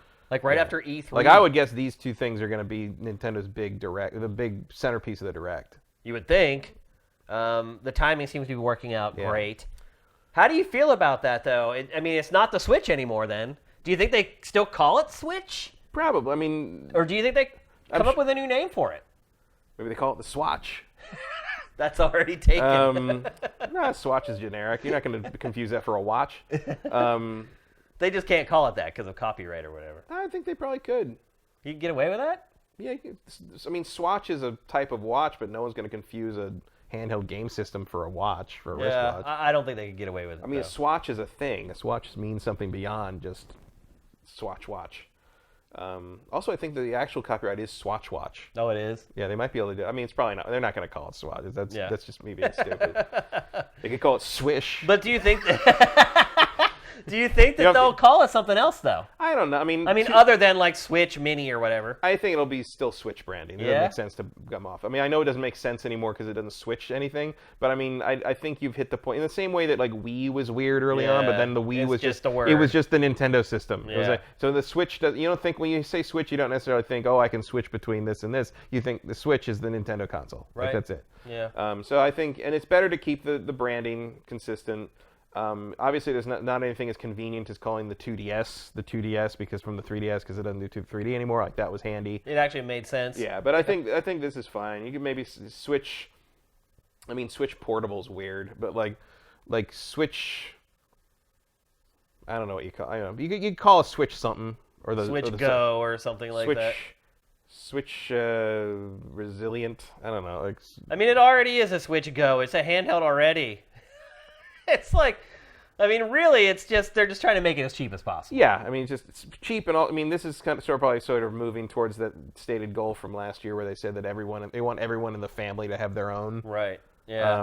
Well, here's a good step towards that is, because I mean, look, the Switch is a fine piece of hardware, but would I give it to my 6-year-old nephew? No way. Like it would be broken within like 3 hours. Yeah. 3 hours is all I would give it before a kid would destroy. Like my 10-year-old niece treats hers very well, but like there's still a kid younger than that. Like you don't want to have to supervise him with this.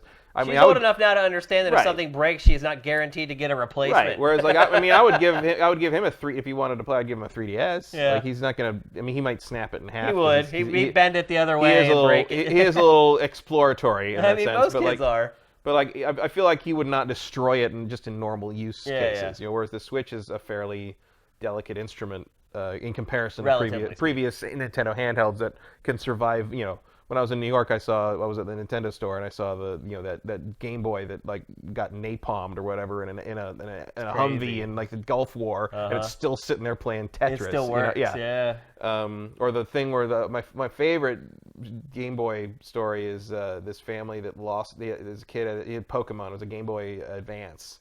And he lost it. Was it an Advance? It was a Game Boy Color, and it was an original Pokemon.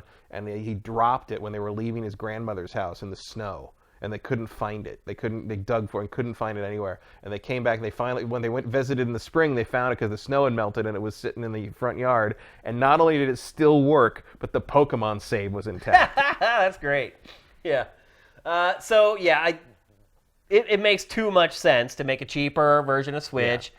That people can buy much more easily. You can give it to a kid, and it's durable. You don't worry about them breaking it. Or it's just easy to take yourself. I mean, look, I don't bring the Switch places because, like, to pack it up in its case to make sure it's protected takes up too much damn space in my bag most of the time. Yeah, it does take up a lot more space. So something I could just, like I love the clamshell design of the 3DS. I just throw it in a bag, you're done. Yeah. It's great. So something that's more along those lines, but can still do Switch think clamshell? Stuff. I don't know about clamshell, but, like, some way to protect the damn screen would be nice. Yeah. You would think for a kid's model they would do something, but if you think about it, the 2DS actually... Even if it's something that's sort of just like a cover that sort of folds over the top, and then when you're playing, you fold it up and it's like a stand or something. Like something like that would be great. The 2DS, it actually was less protective. Yeah. Well, but this is the 2DS now. Like right. But the original model, the original model was kind of a disaster. It felt like one of those old like Tomitronic. It was like a tablet, but it was weird. It took away the protection of the screen. It took away the clamshell and made it this big chunk of plastic. Yeah, I didn't like that at all. Yeah, I didn't either. But you're right. Maybe Nintendo learned and. Yeah, then the subsequent 2DS is that that's exactly what it should have been in the first place. But, I mean, I probably wouldn't buy one. Because I'm more interested in the other model that the Wall Street Journal talks about. Nice segue. But this is exactly, it doesn't seem like a bad choice to me. Like, I think there's definitely a market for it. Yep. And then as you alluded to, the other model that the Wall Street Journal mentioned is a souped-up Switch. Thank God. Less concrete information on this model, though. Not too much about, is it just a console? Is it portable still? Like, there's no real info on that. But it does. They also compared it to the 3DS upgrade. Yeah. Whereas they put out that other model of 3DS that had what we were seeing there with the analog nub on it and a better screen and things like that and a better processor. Not by much, but a better processor. It almost sounds like it's going to be Nintendo's Xbox One X. Yeah. but nowhere near as powerful. Or maybe obviously. more PS4 Pro, which is yeah. less I mean, that's a elite. better analogy. But yeah, if that thing makes previous games play better as well, like, you got my money already. I don't know why it wouldn't. I mean, Yeah, Nintendo would so. be stupid to not make it backwards But compatible. I make no secret of the fact that I think the Switch is drastically underpowered. Well, yeah, So I mean, it's a mobile console, really. yeah, I mean, so if they put out something that is more, I mean, I don't expect it to be like PS4 Pro. I don't even expect it to be PS4. as powerful. Yeah. I think the Wall Street Journal said like basically the power of the original Xbox One and PS4. That's what it was alluding to, anyway. Frankly, I'll take it. I would absolutely take Yeah. that. Hell yeah, hell yeah. That's like double the power of Switch right now. So that's no small leap for Switch to say it may be as powerful as PS4. That's a big deal.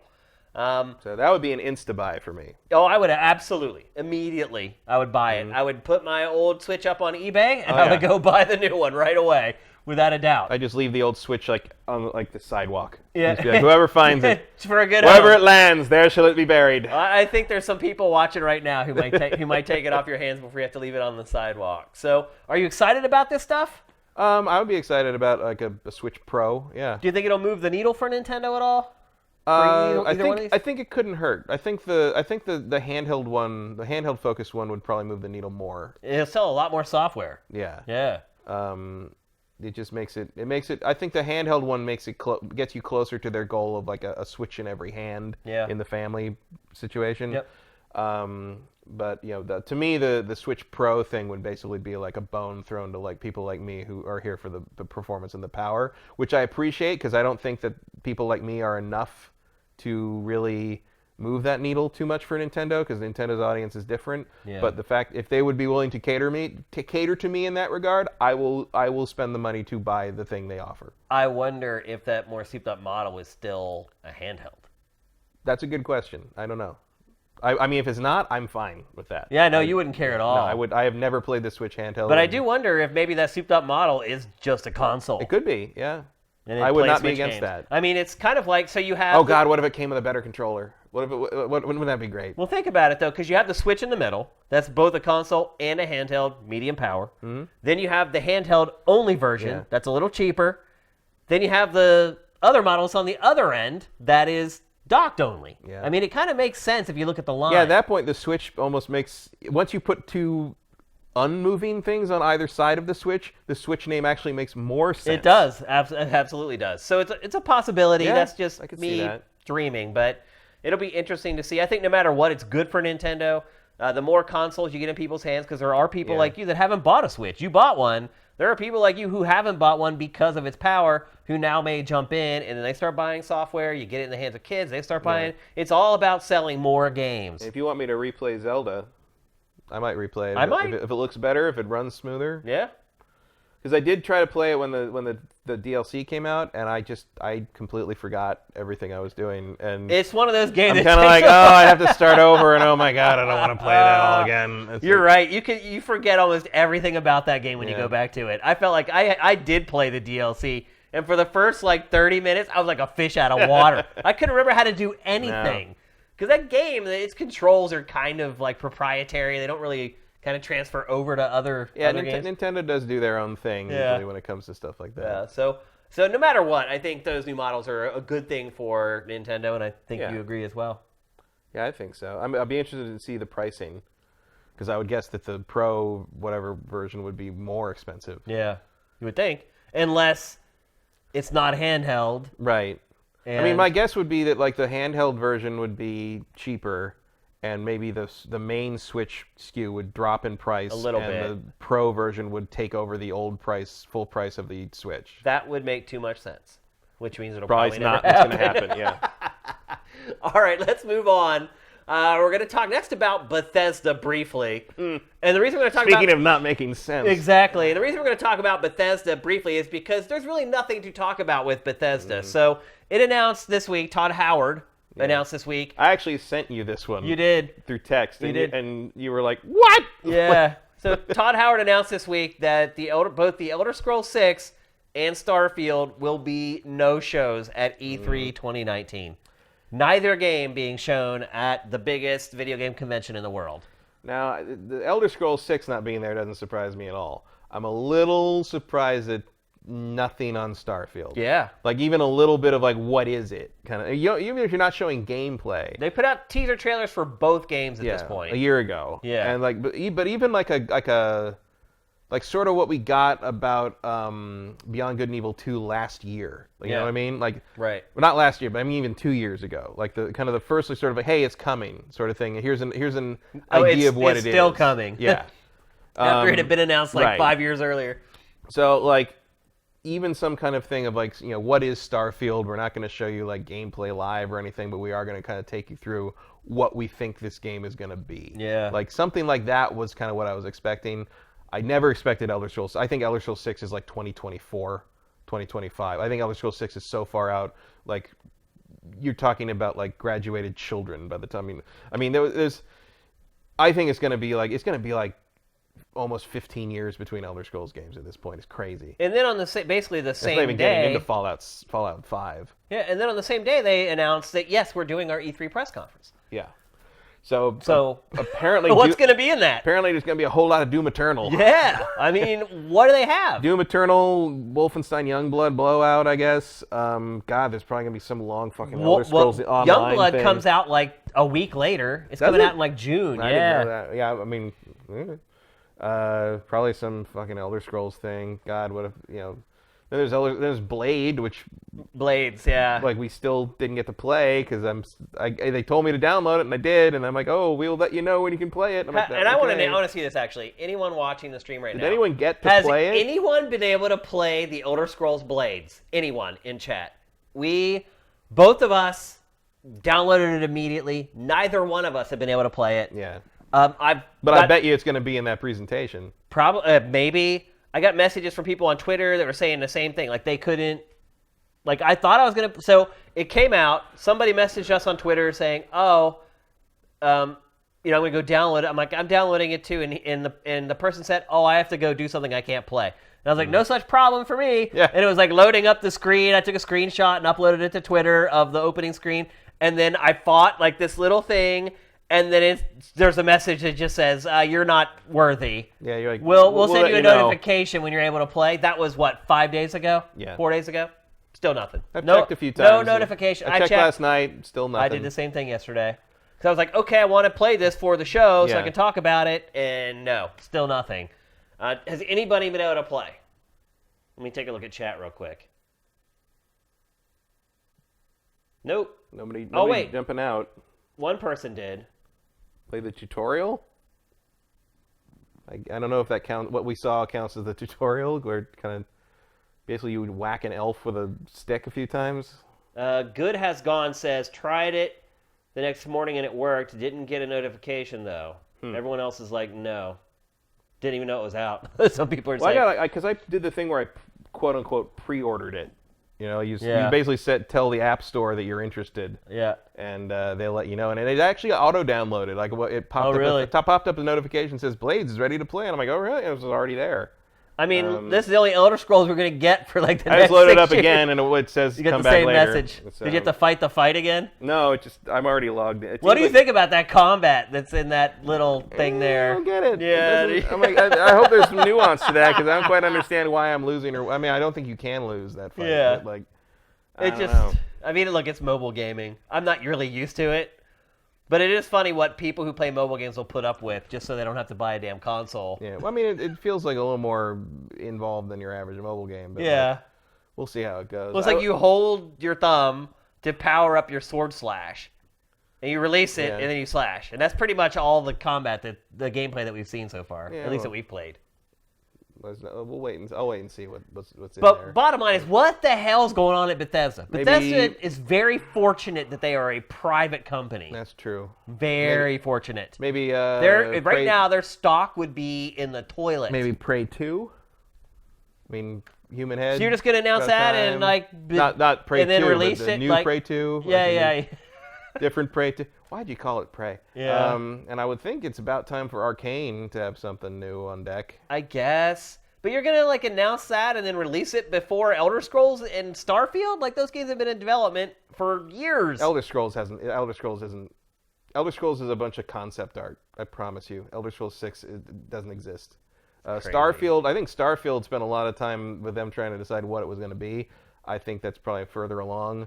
But I mean, Starfield, I would expect Starfield like 2021, something like that. Here's the thing, and we talked about this a bit when this broke, because you were like, why the hell would you show these things last year if you weren't going to follow up the following year? And I think I don't have any actual, concrete insight. I'm not Jason Schreier on this one or anything, but I think they knew what Fallout 76 was going to be. Like at that point in June, you had to know where this was going. It also would explain why they didn't demo it at E3. And so what you do is you take, you have these 2 games that people are actually going to care about in the pipeline, and so you get up there and you announce them and you say, there's stuff coming. These are coming. So preemptively sort of, so when the blowback hits on Fallout 76, and even when that did happen, there were still people saying, oh, well, this sucked, but at least Starfield's coming, at least Elder Scrolls is coming. And coming is a strong word, it seems like at this point. But yeah, I even said at the time, I think you're looking at 2021. I was saying launch new systems at best for Starfield, but now I think you're looking at 2021, 2024, 2025 for Elder Scrolls 6. Elder Scrolls 6 was always a long, long way out. Fallout 76 is just shoving a baseball bat right up Bethesda's derriere. It's not a good look. Oh, it's so bad. I mean, they needed that game. Now you really realize they needed that game to be a hit, man. Not only to sell well out of the gate. To stall for time. And to sustain revenue while you wait for these other games. Because nothing else they've been putting out has been making money. No, even though they review well, they're good games, but they don't sell the way. I mean, honestly, Fallout Shelter may be one of Bethesda's most successful games in a long time. That's true. If you think about it, it's crazy, but it's true. I mean, the other thing too is that I'm starting to look at E3 now, and I'm like, damn. Yeah. What is there? Do you think they'll have the balls to spend some time talking about the Fallout 76 roadmap? No. Well, don't they have to? They kind of have to. Yeah. But what an awkward thing. Releasing that game was awkward. Is Todd gonna have to go out there and be like, all right, let's talk about it? Is it gonna be like, hey, we know? I mean, that's Bethesda's MO. I mean, they act like they're a very small company, and they do respond to fans when fans complain. So they may. That may do that on purpose to try to get people to go and check it out. They may pull the whole, we know we royally screwed up, but this is what we've been doing since. But have you played Blades? Yeah. No, in fact, you probably haven't. You haven't, because we won't let you. Still waiting for that notification? Maybe you should try Fallout 76. Yeah, look, I appreciate that you need to make the rollout smooth, but even with all the furor this morning, I still got my Avengers tickets faster than I've been able to play Blade. I don't understand. Is it an online RPG? You have to log in, yeah. But dude, it's not like you're sending information. If I download it to my phone, it's just crazy. Bethesda right now is crazy. What's going on there? What products do they have to support them for the next 2 years? Doom, man. I mean, Elder Scrolls Online's doing pretty well, I guess. Is it? Yeah, it's doing all right for what it is. I know one thing. Maybe Fallout Shelter just makes millions and millions of dollars. It's possible, but I know one thing. If they were a publicly held company, they would be up shit's creek right now. I do think that it would have been real financially nice to have Elder Scrolls 6 maybe more like next year. Yeah, absolutely. That's not happening. So... good luck, Bethesda. E3's starting to look really, really grim. Mm-hmm. Really grim. No Sony and... No Sony. No big games from Bethesda. Well, I mean, we'll see what Bethesda's got. There might be something new from Arcane, might be something new from Human Head. Talking sales-wise, no, but I don't own Bethesda, so I don't give a shit how much they sell. I'm just interested in good games, and they put out good games. Yeah. They just put out good games. They put out generally... not always. No, but they put out good games that don't sell the way that a Skyrim or a Fallout sells. And I think they need a Skyrim or a Fallout coming up to keep things, liquid. Yeah. But hopefully they can hang on and get Starfield out, and it'll be a nice big new hit for them. It'd be good. I mean, I'd like to see what those guys make Absolutely. make out of a Mass Effect idea. Yeah. I'm on board for that. I'm excited for Elder Scrolls too. I mean, I don't care what happened with Fallout 76. So. Well, no, Fallout 76 is a different beast. I'm certainly not going to try and judge Starfield or Elder Scrolls 6 by what Fallout 76 was. Man, Bethesda, thanks you very much for that. Oh yeah, but it's also a different group. It's a different team. A lot of people don't realize that, but that's true. All right, we got to move. We need to be fluid because we got a bunch of topics and we got about 50 minutes left, so we got to get cranking. We don't get to the last topic until 2024. That's the rule. All right. Up next, we're going to talk about a new law that was just passed in Europe, though it actually hasn't gone into action yet. People are referring to it as Article 13. That's what we're going to call it. And sounds like an X-Files thing. Yeah, there's two other articles that are actually more pertinent, but people have decided to use Article 13 as... Well, it sounds more sinister. The talking point, yes, Unlucky 13 or whatever. And essentially what's happened... Execute Article 13. Yeah.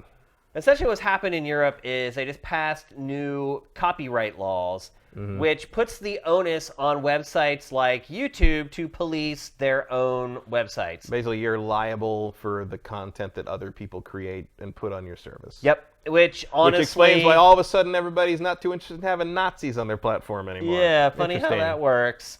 And so basically, instead of it being our responsibility as Sifted to go on YouTube and find where people are stealing our content and report it to YouTube, it would be YouTube's responsibility to police that right from the get-go and make sure that people aren't uploading our stuff in the first place.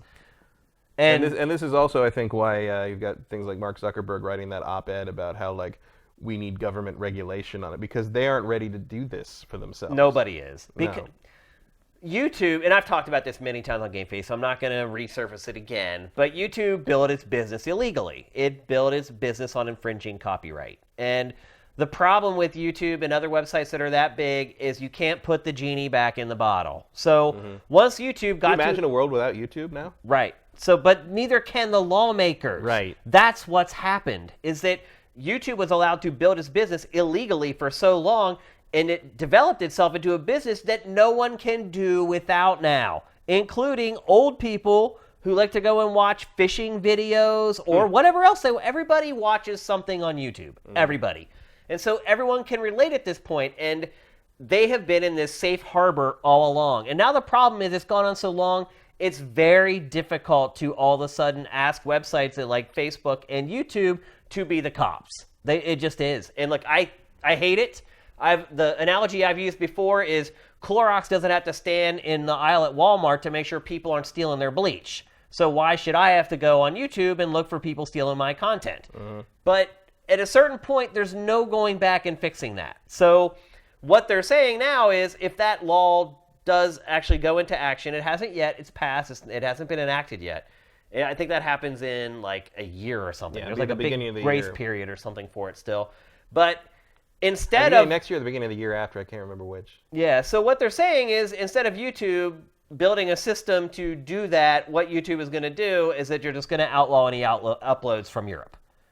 Because they're for us to be responsible to build this stuff, why? It's a cost-benefit analysis. You're going to look at how much money are you making off of the stuff that people upload from Europe. I mean, it's going to be very simple. And you're going to say, well, how much is it going to cost for us to build this, and how much is it going to cost for us to maintain it? Because building the systems is one thing, but maintaining it and actually working on it is something else entirely. How much staff are you going to need? And how much is that going to cost you a year? And how much is that going to cost you 10 years from now? That's all stuff that they're going to have to figure out. But right now, everyone is assuming that YouTube will just be like, you know what?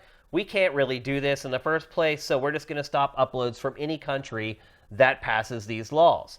And, a lot of people are going it's censorship route, all that, which I don't believe at all. No, that's not censorship. Although it is, it's on the company. It's on one hand, it's you can't put the genie back in the bottle, but at the same time, when you were building this kind of a company, did you really not think this was going to come? This day was going to come? Well, Viacom told him it was going to come. Viacom sued them and lost every time. Yeah. And spent billions of dollars on lawyers' fees that was just wasted.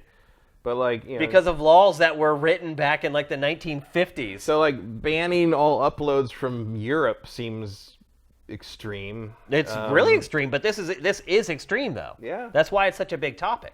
But like, I don't really disagree with the law. Me either. Like, it's gonna be. I mean, you're basically you're forcing checkmate at this point. Yeah, you're basically saying you can't steal anymore. I mean, that's what it comes down to. Also, you're Content saying, is being stolen. Like, if you're gonna have it happen in your place of business, you're responsible for that. It's like, Walmart couldn't get away with having like a KKK meeting in the back of the toy section. Right. Like, it's the same thing. Like, you can't just let that run rampant and pretend there's nothing you can do about it, because there was something you could do, and now maybe it's an impossible thing because it's gotten so big. But you got 2 years. The problem. You got 2 years to figure something out. The problem is, or someone else has 2 years to launch a competing service that does do that properly. Right. And you need deep pockets to do that. You would, but really someone might see it as worth it. It absolutely is worth it. I can tell you that right now. It would be worth it if you could take over YouTube's market. Absolutely, it's worth it. I think the problem, though, it's called opportunity. Kids. The problem, Matt, is it, and I guarantee right now, everybody watching this show is saying this, is the only people who think that we're right are the people who create stuff. The people who don't create stuff, the people who just consume stuff, they think we're crazy. They don't, and in fact, they don't think we're crazy. They know where we're coming from. Because they can say, what if I worked on something and someone just stole it? Anybody can get that. But they're looking at it like, wait a minute, I use YouTube all day, every day. I cut the cord for YouTube. This is where I get all my entertainment from. And, I mean, we got it. Like, Pachter made a little brief speech in the episode that went on YouTube last week about, people, it costs money to make content. It costs money to make something. It takes ingenuity. It takes perseverance to make something. And you're just stealing it. And the comments we got on that, you wouldn't believe it. How many people were like, I ain't paying for any content. You're just an opinion like anyone else's opinion, and if you go away, I'll just find someone else's opinion. Like, that's the way most people think. They don't think that there's any value in creating content. They don't care that it costs money to create content. We're on an island, and that's the problem. That's why YouTube has got away with this for so long, because it's like I said, even the politicians are like, but dang, I love that fishing video that I watch every Saturday. It's true. Everybody has something on these platforms that they enjoy. And we're the only people who are fighting the power, so to speak. We're the outliers. Well, except in this case, the power is the government. The government is fighting back. Article 13 is the power. It is. Yeah. Should it go into effect in 2021? But my feeling is that's not going to happen. That people are going to complain, and there's going to be people like outside of Parliament with pitchforks. Well, if I were Parliament, or if I were I don't know who's doing. I guess it's EU. Is it EU? Yeah. So it wouldn't apply in Britain, maybe. Right. If they hard Brexit. If they actually get out. Philosophy tube saved. Which who even knows what's going to happen there at this point. But no, so whatever. I don't know what the ruling body is in the EU, because I'm an American and we don't know things outside of our own country, if we even know anything. Most Americans don't even know how our government works. No. So yeah.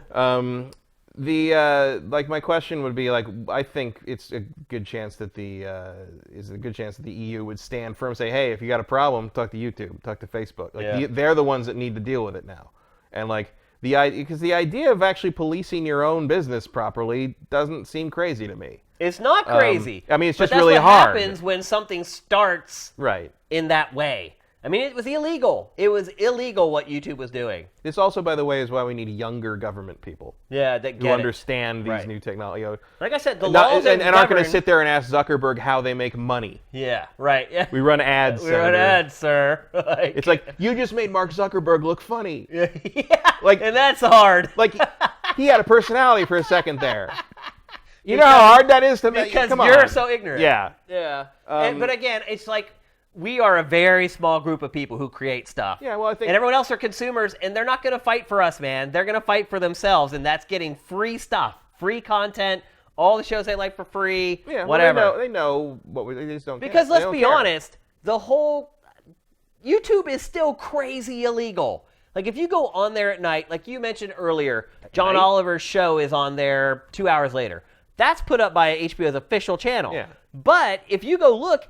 That episode is up 1 million times on there before HBO even puts it up. So HBO puts it up at 2 hours later. as soon as that show's done airing, there are bootleg of that with ads running against it all over YouTube. Happens with every HBO show. You go on there, as soon as it's done, I don't see it too much with and you know how they do it? They get around it. They'll zoom in really far. Or they change the pitch of the. They change the pitch of the audio. I haven't seen that with Last Week Tonight too much. Like since they started doing live stream. So Bill Maher show. Bill Maher way more. Yeah, there's like tons of channels dedicated to putting Bill Maher's show up immediately. It's not just HBO. It's everything. It's every show on television. YouTube is still illegal. It's still doing all kinds of illegal stuff on a daily basis. It's still making money off of copyrighted content that it does not own, and millions and millions and millions of dollars off of it.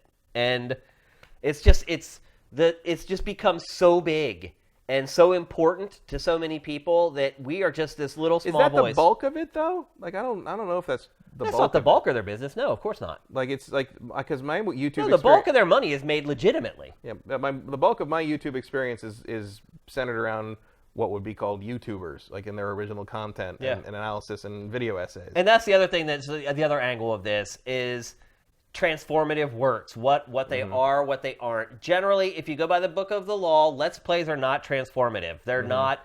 They need to be commenting on every moment that happens in the game. If they sit there still or take a drink of water or are eating while they're playing or are not paying attention or are not providing commentary at all, if there's any dead air, that's where they go off the reservation. That's not a transformative work anymore. So technically, again, that becomes more of a problem for Twitch, I would imagine. It does, yeah. And again, that's a problem. So there's no easy answer because God forbid you run a Nintendo trailer. Yeah, exactly. I mean, look at Uber. Uber was such a disruptive idea that it just broke all these laws, made up its own laws, ignored the law, and it got so big that they're like, okay, well, we have to adjust to it. We have to adjust to it. That's exactly right, and that's the way society is going. Look at the scooters, the Lime scooters. Like, they didn't wait for any laws to be passed. They just bought a shit ton of scooters and just put them on the street. And then put them on my street. They put them on every street. And after you're stepping over these things like dead birds. Yep. And then what happens is people get on them and they realize these are damn fun. Like I had a blast on that scooter riding up and down the beach. Like it's awesome. It's fun. And once there's so many people that are saying, I like this, it's so hard to dial it back and bring it back. And I just think that it's not just YouTube or Facebook or Twitch. It's anything that's disruptive because now people just put it out there. They don't worry about the laws or the regulations. They're like, there's a phrase that a lot of entrepreneurs use. It's slipping my mind right now. It's like, make it till you break it or something like that. But there's some saying that they all say that's basically like, just I think do it's it. Make it till they break it. Or no, it's like do it now, pay later, or something like that. Or it's the ask forgiveness rather than permission. Right. Thing. It's easy to ask for forgiveness and ask for permission. Or like a thing went up today where like there was another company. This has happened before, but another tech company, like disruptor company, is like, here we've designed standing airline seats. So like seats that you basically, they're like a bicycle seat against a vertical like chair, and you kind of lean against it, and that's your thing. That's your thing, and they look like the most uncomfortable torture devices you could possibly imagine. And like they're just out there. It's like, oh, look at this, we can do this. We can cram 3 times as many people in a flight. Da, da, da. And someone's like, yeah, but like, guess what?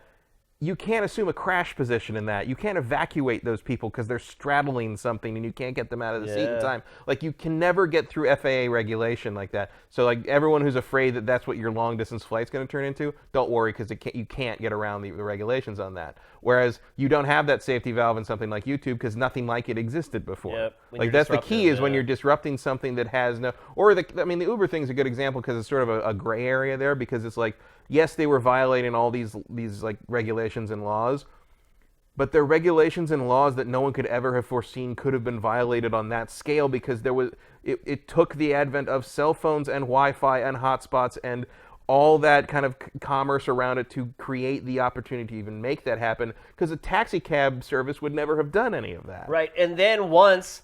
The people who and then when people are like, well, wait, you can't like maybe go back to taking cabs again because that's not convenient. And the lawmakers are like, well, I want to get reelected, so I guess we better just change the laws. Well, yeah, because the lawmaker rides in an Uber. And he takes an Uber to the airport. And that's how we ruined LAX. Right. He's like, holy crap, I just got to the airport for a third of what I usually pay. There is no way I'm getting rid of this. Like, it's the same thing with YouTube or anything else. Once the mass amount of people get behind it, it's very hard to turn the tide. And I think I don't think this Article 13 will ever go into law in Europe. I think there's so much time between now that it was passed and until it's enacted that there is just so much crap is going to happen. A lot can happen in the next year and 3 quarters for sure. Yeah. So we'll see how that turns out. So I wouldn't get too bent out of shape over it. If you support or are against it regardless, I wouldn't get too bent out of shape either way. I mean, I remain in favor of making these companies patrol their own content. Me too. I mean, I think me too. Not even in just but in I the guarantee, sense, not even in the sense of just piracy. I guarantee there's not a single person watching this stream right now that will agree with us. Yeah, whatever. Because they don't create content. They don't put their heart and soul in it and all that. As so, Morpheus said, was it in the Matrix? Is like, not everyone shares your beliefs. My beliefs do not require them to. Yeah, I like that. All right, let's move on. We're going to talk next about Kaz Hirai, briefly. Kaz Hirai retired this week from Sony Corporation. All the greats are falling. It is true. Like, it was a big turning point for me, like, as far as how I looked at myself and my age. Yeah, first Reggie and now Kaz Hirai. Has anyone checked on Jay Allard? Yeah, I think no one's checked on Jay Allard in a long time, actually. Ouch. But how do you feel about it? I mean, I literally felt really old, man, because when the first time I saw Kaz Hirai at, like, something in person, he was a young guy. Yeah. And now he's retiring. Yeah. It's it made me feel very mortal. We grew up with him. Him and Ridge Racer. What will be his ultimate legacy? Some really good gifts on NeoGAF. Some, like, the best NeoGAF gifts ever. Yeah, the one, God, I can't remember who did them. It was the one. It was like it was from an old E3 like PlayStation press conference, but they'd replaced all the heads of people in Mission Impossible 2 with like the Microsoft guys, and like the thing where he thinks he's killed Tom Cruise when he pulls the mask off, and it's one of his own dudes, and it's like it was. That's a good one. I think it was like he pulled the mask off, and instead of being, it was Kaz Hirai's the mask, he pulls the mask off, and it's Don Matrick. Yeah. It's and great. then it just cuts to like Kaz Hirai pulling the mask off and running, like, and it's just like, and the PlayStation logo comes on, and it's like still here. It was the NeoGAF used to be great. Yeah, there was it really was awesome. The creative culture that I think SUNY Legend, I think, is the name of the guy who does those gifts. He does a lot of good gifts. But the kind of the culture that sprang up surrounding Kaz and sort of him as the figurehead of Sony was very entertaining. And he was good. He was a good front man. Outside of that one, I mean, it wasn't his fault that 2006 conference was a disaster. But he tried. Yeah, I mean, his legacy to me will be the PlayStation 2. Yeah. Like, the best-selling platform ever. Mm-hmm. I mean, that to me is his feather in his cap. Yeah, he and Kutaragi pretty much dominated. I will always associate Kutaragi with the PlayStation 3. Me too, but like he was still there for the 2. He was, yeah. I mean, he designed the PlayStation 2. He designed the original PlayStation. I mean, yes, in my head when you say Kutaragi, my first thing is like, God, the cell processor was a terrible idea. Yeah. But like, yeah, Kaz is, he's maybe not as prominent as like, outside of the niche core audience as somebody like Reggie would be, who was a little more public facing in places. But he's one of the giants, I think. No, absolutely one of the giants. And people probably know this, but maybe they don't. And that is his last few years working at Sony. He didn't really work on PlayStation at all. They were still a part of his purview. He technically was over the PlayStation brand, but he had moved on to work, and you can see it here at one of these events that he was speaking at, just to speak more generally about Sony's products, cameras and televisions and everything else that Sony makes. People don't even realize all the stuff that Sony makes.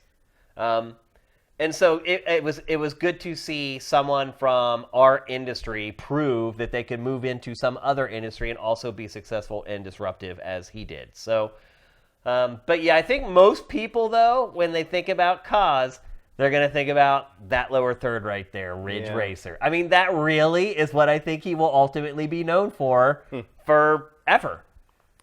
Yeah, that will be the retrospectives will feature clips from that. Like when you Google Kaz Hirai in 20 years, $599 US. it's going to be a meme of Ridge Racer. Right. It's such a shame that all his work is going to simmer down to some stupid meme.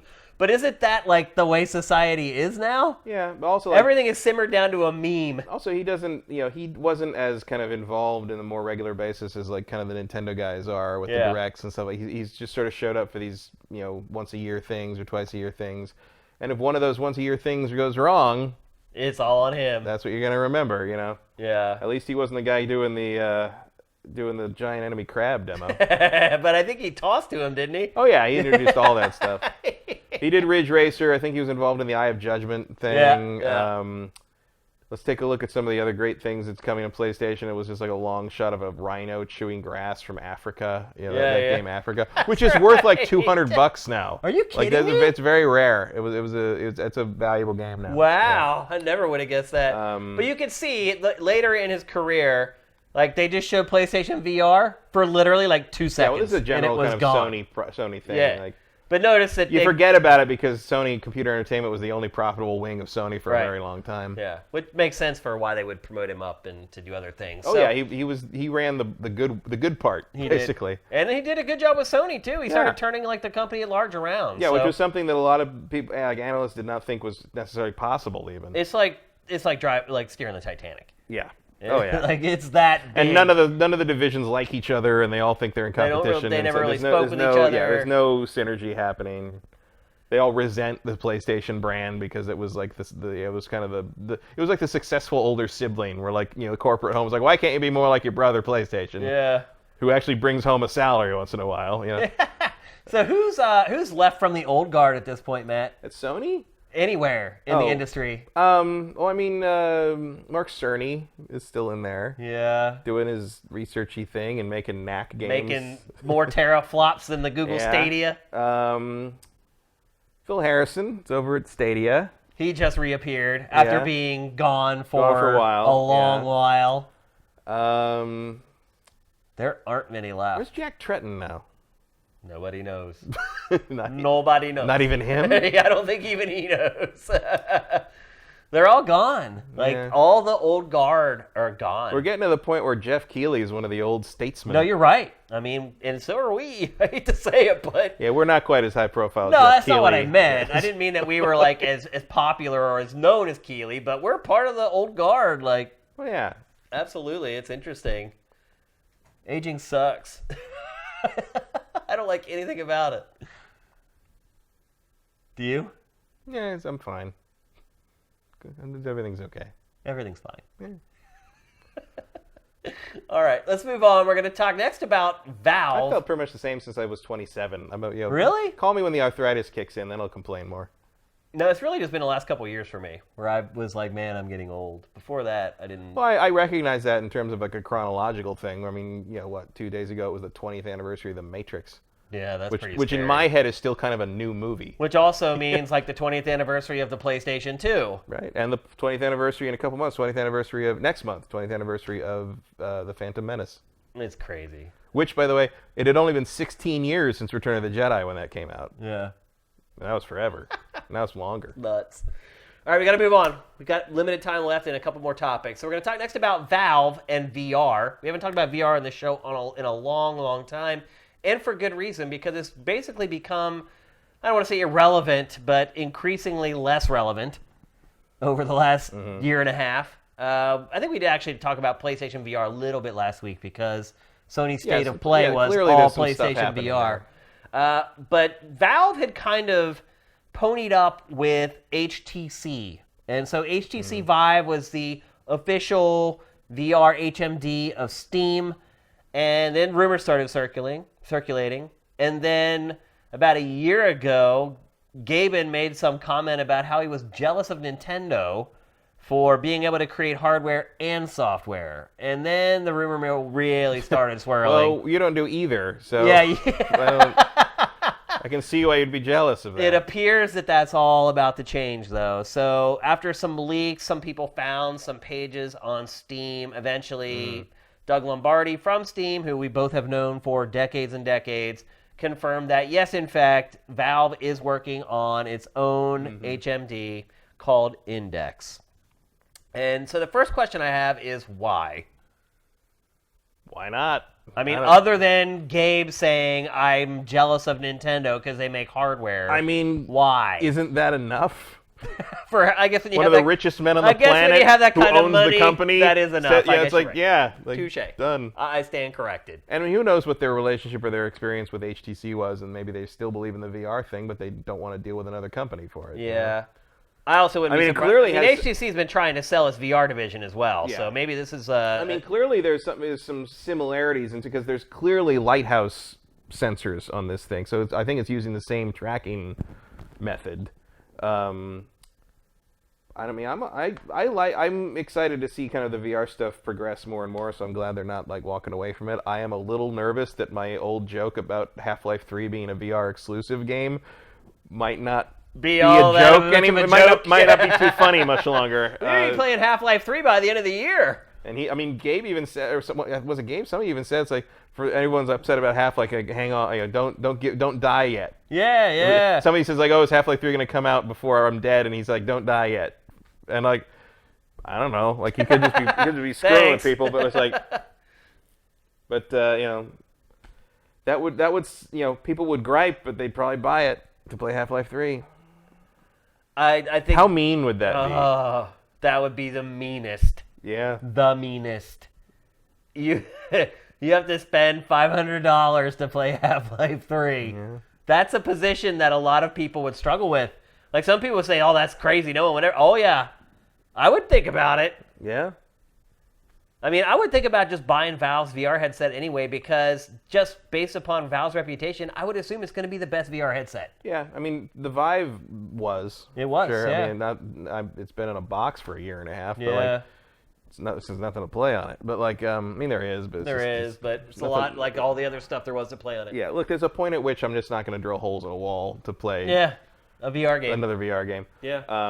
But this looks like it does still use the lighthouses, so I have to figure out a solution to that. But anyway, I mean, I think about it. Depends. Like the more these things move towards a more self-contained, like, just pick it up and put it on and you're going. Like, that's a more interesting, the wirelessness, self-contained elements. It doesn't look like this is going to be It doesn't look like it's on the level of like that new Oculus thing. Yeah. But when, maybe they're going for resolution, maybe they're going for fidelity. Quality, yeah. So people like me don't get sick. Yeah. That would be great. I'm down with that. No one knows better than Valve how much of a disaster Vive was. It knows that it never sold. It knows that it sold maybe 1 million in the whole time it's been available. It knows because it's the one who sells all the software for it. It knows how much software it has or has not sold for it. It knows its own products that it made for Vive. What was it called? VR Labs or whatever? The Lab. It was free, though. It was free, yeah. So it's probably one of the best things on the headset. Yeah, I know. That's the crazy part about it. And it was free, and it was like right there at launch. So, it's hard to question Valve because Valve has more data than anyone. It knows better than anyone whether this is worth pursuing. Yeah, they know if this is a bad idea or not, and they've also been through some bad ideas of hardware. Yeah. I mean, they're just coming off the Steambox thing. Right. Steambox, Steam Link, I mean, they ended up basically having to give those away. Yeah, $1.50 at one point, the last sale, I think. Yep. And so... either Gabe's a glutton for punishment, or they think there's still some life left in this one. Maybe this is like Gabe's last stand or something. Maybe this is him saying, you know what, I'm not going to do this much longer. If this doesn't work, we'll just make Half-Life 2. Right. We'll just make Half-Life Episode 3. Or his perspective is like, this is my gift or whatever. Like, this is the last thing I want to do before I retire. I mean, he's getting old, and how much longer does he want to do this crap? Like, maybe this is him saying, I want to go in with one last project, and the last project is going to have Half-Life 3 attached to it, and I can ride out like a champ. I mean, he could do that anyway, but... We think... It just seems like a really big, dumb move to me. I don't know about that. I mean, how expensive it is to create a piece of hardware like that. Yeah, but you're still in the situation... You're not thinking in terms of entrepreneurial thought. Like, whoever gets this right first is going to rule a whole new wing of media. And all these guys... I'm not convinced of that yet with VR. Oh, it's coming. Maybe it's 10, 15 years out. I just think AR, it might be the technology that does that. Not until AR stops being $4,000. Yeah. And we already kind of had a little experiment with that with Google Glass, and that thing hit a wall faster than you could say, I don't want to wear a stupid thing on my face. AR, I'll tell you what AR is going to have to be. AR is going to have to either be built into normal glasses or be a contact lens. Yeah. And that's a long way out. But this is also a totally different experience. Like AR and VR, I don't really consider equivalents. I consider them kind of sibling technologies. They're just but like bleeding edge tech. they're bleeding edge tech that do similar ideas, but it's just not. You don't get the same thing out of each one. I'm not saying one's better than the other. One is all consuming, and the other one intentionally keeps you in the real world. And I like both of them. Me too. I like both stuff, but VR, I think, has more cultural cachet, just in the sense that everybody knows what it is. Even if you don't care about it, you still know when someone puts those goggles on in a movie that's what they're doing. AR, your touchstone for that is basically Minority Report, which is still cool, but it doesn't quite have. We've been seeing VR stuff in mass entertainment since we were Star children. Trek. Yeah, it goes way back. That's the dream, isn't it? The holodeck. It always has where you been. don't have to actually put a thing on. Anything on. Yeah, it just appears in front of your eyes. But I can see why someone like Gabe would want to still have his hand in on this thing and still be moving forward to try and evolve it. Especially when it's not like Rift has given up. It's not like PlayStation's given up. Rift has Facebook money. Yeah, and Gabe has Gabe money, and PlayStation has Sony money. This is not a payday developer's gig here. With whatever they were working on that for, if you remember that. Yeah, Starbreeze's weird foray. Star whatever. Yeah. What do you think about it being called the Index? I'm trying to figure out what that implies. I don't know. I'm kind of ambivalent to it. The finger, or the contents of a book? I don't know. I honestly have no idea. The logo for it makes even less sense. It's a circle with two half circles.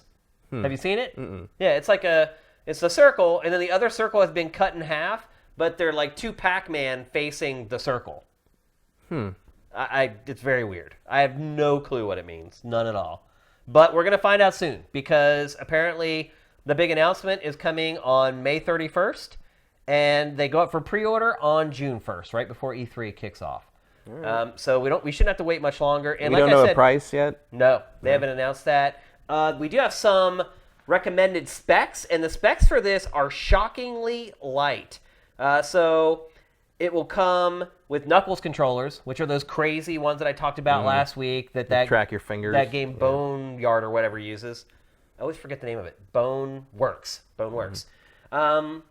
So it's coming with Knuckles controllers. Its requirements are a GTX 1070 and 8 gigabytes of RAM, which I was shocked at. And those were recommended. That wasn't the base. That was the recommended specs. A GTX 1070 and only 8 gigs of RAM. Mm-hmm. So it sounds like Valve has had some kind of a breakthrough in some way. I don't know.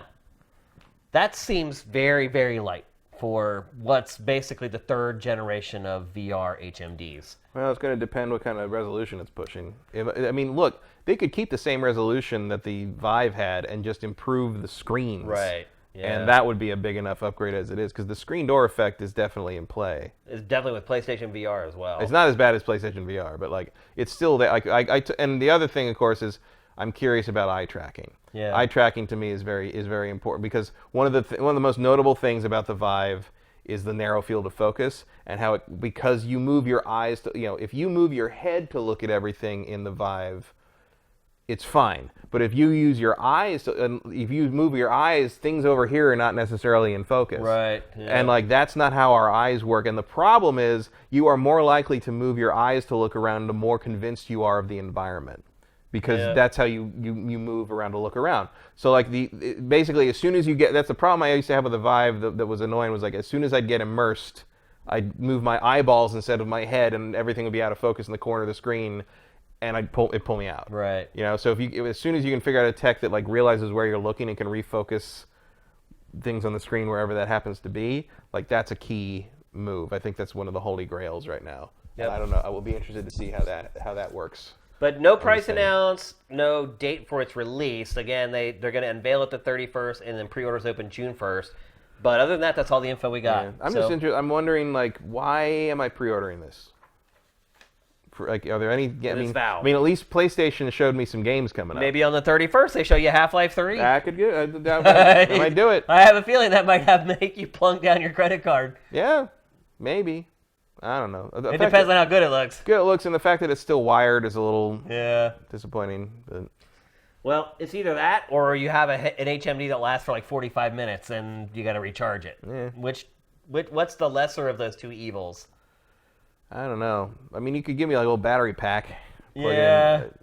The problem I have is like my PC is not in a place. The irony is in my old apartment I had more room near my PC to do the VR stuff, and I don't really have that in the house.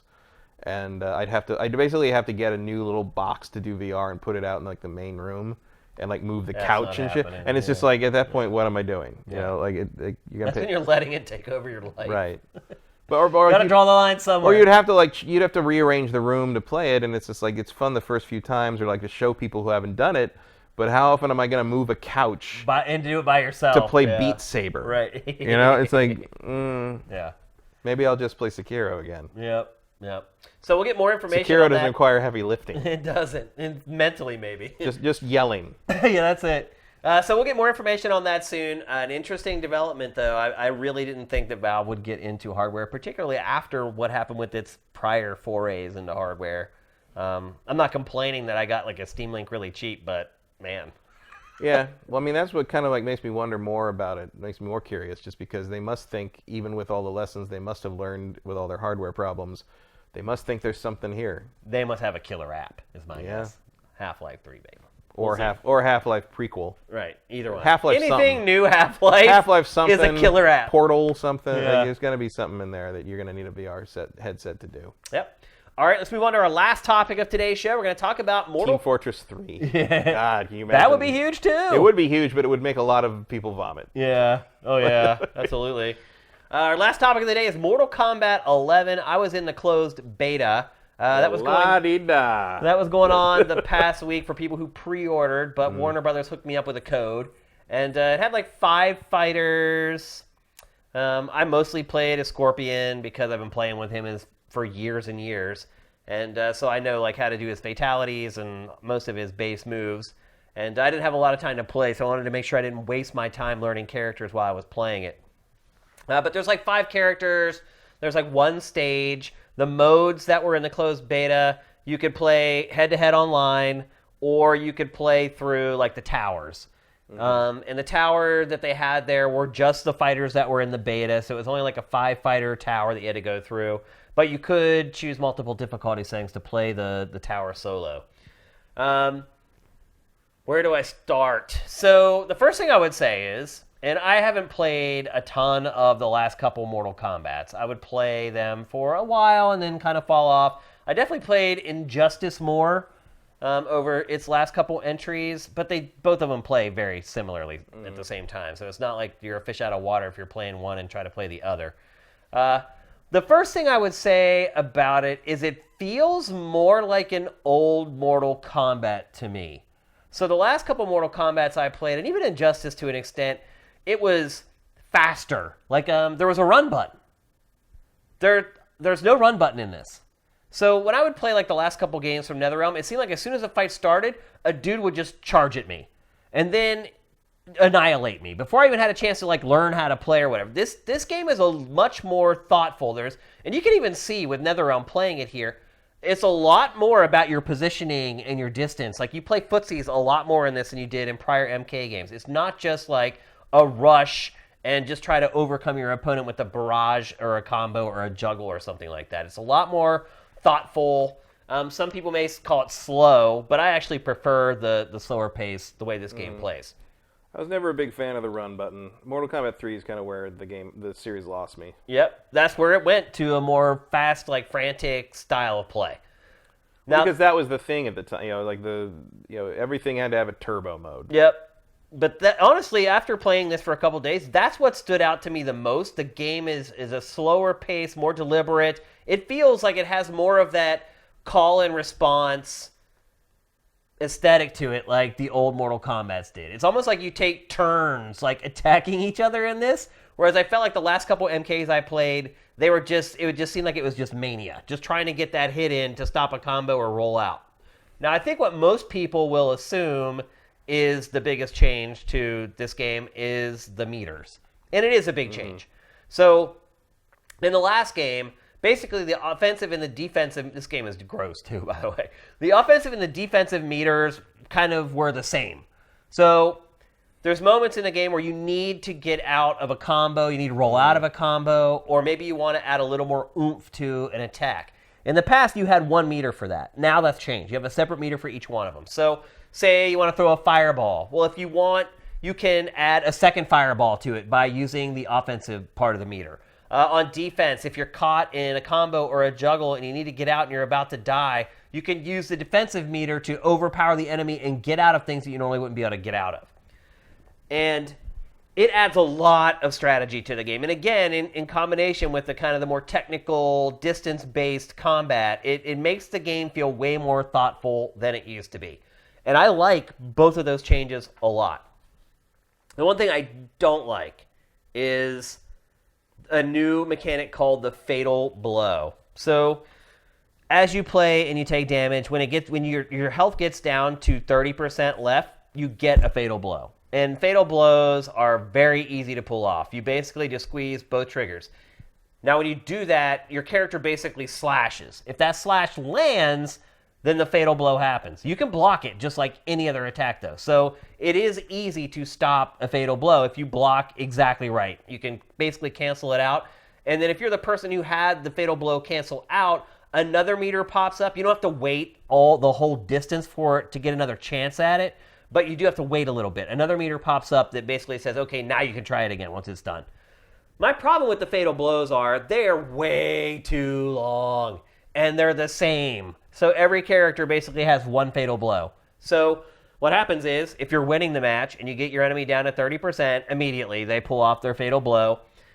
If you don't block it, you have to sit and watch the cinematic. And they last, I don't know, I don't want to exaggerate, probably 8 to 10 seconds, each fatal blow. And each character just has one, or at least in the beta they only have one. Maybe in the final game they have more than one. But after you've fought a couple times, you get so sick of watching those fatal blows. The mechanic of it is fine. When you get hit with a fatal blow, it'll typically take about a third of your health bar, something like that. So it's not like a finisher that'll just like drain your health bar from down to 0. So if you're winning a match and someone pulls a fatal blow on you, you can generally withstand it and still be alive. And chances are what happens is you can see there. So in the top left, fatal blow is flashing, R1, R2, or whatever. So, well, actually, it's going to demonstrate exactly what I said. So they do the fatal blow on you. That means you're down below 30% now. So if after you survive that fatal blow, you can pull off your fatal blow right away, immediately. But they last forever. Like Scorpions literally, I think, last like 12 seconds.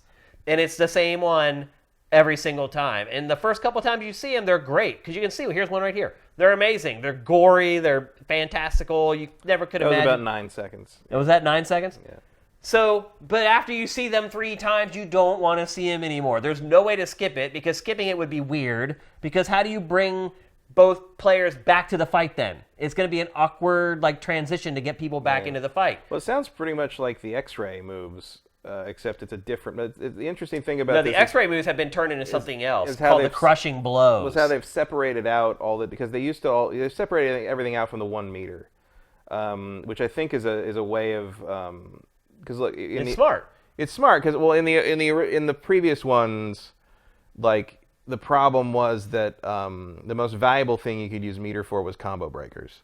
Yeah. And so everyone, especially in the tournament, they would never use them for anything else. Would never use because you needed the combo breaker. You could never waste it on an X-ray or anything like that, because, or sometimes even not just a powered up EX move, because you needed to have that combo breaker ready in case you got caught. Yeah. So separating them out is a good idea. It's just interesting how many separate things there are now to deal with and keep track of. It's not that hard to I would manage. guess the fatal blow things are not going to be particularly relevant in competition. Tournament fighting? Because it seems like they're pretty easy to blow. There's sort of a come from behind mechanic for people that sort of mash a little bit That's more. True. Yeah.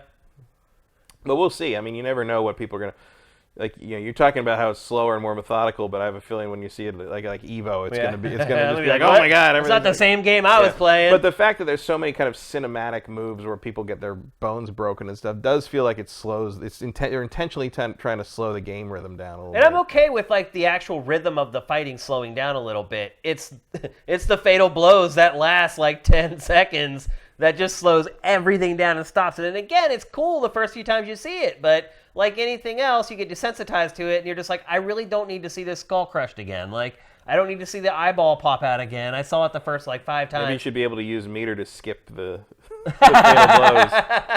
I don't want to see it. I'm just going to use a quarter of my meter and skip this. You were talking about the X-ray moves. Now they're called crushing blows in this. And basically, it's the way, at least the way they work, they seem to work for me, is just catching the enemy at the right place at the right time. It didn't seem like there's not moves that you pull off that are a crushing blow. Just suddenly, if you just caught your uppercut just right, instead of just doing a normal uppercut, it would zoom in and you would show the uppercut hitting the jaw and sort of the jaw smashing and all that. So that seemed to happen pretty organically. It wasn't something that felt like it was triggered or anything like that. I think it was just kind of a reward for nailing your timing. At least that's the way it seemed to me. I could be wrong on that, but that seemed to be the way that it operated. There's also a bleed mechanic in the game. So after someone does one of the crushing blows on you, you start bleeding. And you will keep bleeding until you land an attack. So after you've taken a crushing blow, you need to get back in the fight right away, because if you don't, you're going to start bleeding out and you're going to keep losing your health. Again, another system that I think is cool and I like, and I think it makes sense. So I enjoyed my time with Mortal Kombat. I will say this, playing the single player stuff in the beta was really, really easy. I played normal, and I was just walking through the AI. So hopefully, for those of you who don't play online or don't play against others much and you want to play the single player, and obviously with a campaign like Mortal Kombat has, you are going to want to play it by yourself. The way it is right now, the AI is just a freaking joke. So I'm sure that will not be the case. I hope not. I hope that's something that they fix. There's one thing that defines some of these NetherRealms games is that you hit those AI blockades where it's like... Goro, where it's just impossible. Yeah. I remember him in the arcade, man. I can't tell you how much money I wasted trying to beat him in the arcade. Yeah, Goro never bought... Those guys... It was Kintaro that was the hardest one for me. Yeah. The Centaur in 2. And I'm into what they're doing with the story here, where they're having the younger and the older versions of the characters meet and the other thing too about the customization. So the customization is crazy. It is mind blowing how much you can tweak your characters. Now, they've been very smart about allowing that stuff only in certain modes, because what happens is it actually improves your character. It makes him a better fighter, a stronger fighter. So there are. They've quarantined that off. So if people want to play a mode where, everybody's got a character that's beefed up by all this gear that they've attached to him, you can do it. If you want to fight tournament style, where the rules are just the rules, you can do that as well. Well, I think that, Injustice 2 had that where you could do that, but in certain modes, the bonuses applied, and competitive modes, they were just cosmetic. They're just cosmetic. Yeah, that's the way it's going to work here as well. There are 3 different versions of each character. Scorpion, there's 3 of them. There's the classic guy. There's the more futuristic looking guy that almost looks like Jason X. And then there's Ed Boon's take on it or whatever. And I like that. And it changes. One of them fights mostly with a chain. One of them fights mostly with a pole. And it does alternate how you play with that character. So even though there's a roster with X number of fighters, actually within that roster, there are legitimately variations to play with each character that fundamentally change how you would play with that character. So whatever the final character count is for this game, and it appears like they're going more for traditional and not adding as many characters this time, but we'll see. Whatever the final character count is for this game, that is not truly the character count for it. There's going to be sort of hidden stuff in there for you guys to check out. But otherwise, I would say I enjoyed my time with it. I got my butt kicked mostly online. I think I won 1 out of 5 matches or something like that. And a lot of that was the people who were playing. I was level 3 and they were level 15. Dude, there were some people who played this game, that beta, from the moment it launched, the whole time. It was insane, the fight record some of these people had. One guy I fought had won already 130 times. I was like, holy crap, dude. You have not slept since this beta came out. So the matchmaking did not seem great, unless I was the only level 2 to level 5 character in the whole beta. Every time I fought, it was someone way, way more experienced than I was. So hopefully, again, that's something that gets fixed for the final version, and I'm assuming it will. But otherwise, I had a blast playing it. I still like Mortal Kombat. I still like playing Mortal Kombat. I love the flow and the ebb of the game. It felt really good to pull off one of Sub-Zero's finishers, although the controls have been switched. So his old finisher, where he would turn into the dragon, or no, that's wait, which one? That was Liu Kang. That's Liu Kang. Yeah, Sub-Zero's used to be you pull down his mask and breathe fire, right? That was Scorpion. Scorpion. That's what I'm talking about. Scorpion. Now that same move is not the same fatality. He does like a different thing now. But it was fun. Like, I was trying to do the fatality, and I realized I was too close, and I had to find like that perfect distance away, and it just brought back a lot of memories of back in the arcade days for me. It made me feel like a kid again for a little bit, which doesn't happen very often. So I was pretty impressed with it. I would have liked for there to be a little more content in the beta than there was. But what I played, I enjoyed a ton. So I think it's full steam ahead for Mortal Kombat 11. If you're excited about it and you've got your pre-order in, I think you're all good. I think you're gravy. I think you're going to have a good time with it. And if you're on the fence, I think it's something you should definitely look into. I'm guessing there will be an open beta. Is that like this weekend? Maybe. I mean, it comes out like next week. Yeah. So maybe there is an open beta this weekend. And I highly, highly recommend everybody check it out, even people who maybe don't like fighting games all that much, because Mortal Kombat is kind of in a class all on its own. But I guess at the same time, people know by now whether they like it or not. Yeah, I don't think this one's going to change your mind. No, it's not that different. It's still Mortal Kombat. So if you haven't liked the ebb and flow of it in the past, you're probably not going to like this one either. All right, it's time for our trailer of the week. And it's always tough to choose a trailer of the week when you have a convention, because all the big trailers come from the convention, but then you use those trailers to talk about the games that were in the convention. So it was a bit of a struggle this week, but ultimately I think the biggest trailer that wasn't a part of the rest of the show was Call of Duty Black Ops 4. It has released a brand new Blackout Battle Royale map, but that's not all, Matt. Another one of PAX predictions, I believe, is absolutely coming true. Blackout is going to be free all of April. So how do you make a mode free for a month and then try to charge people for it? Can you do that? They're going to try. Yeah, I don't know. I think this might end up being permanent. But anyway, they were smart. When they announced the free month, they also announced the second map for Blackout, Alcatraz. Let's roll it.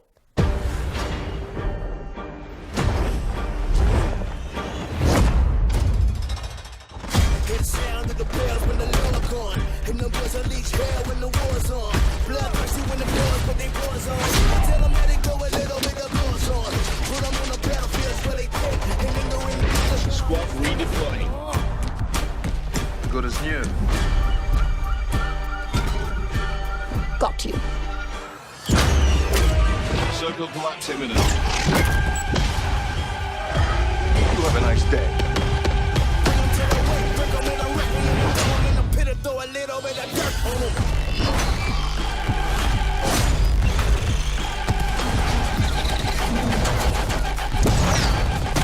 Put a little dirt on him.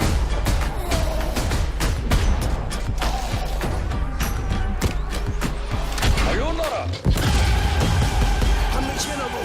I'm being worth something. My soldiers is ready to put a black house on them.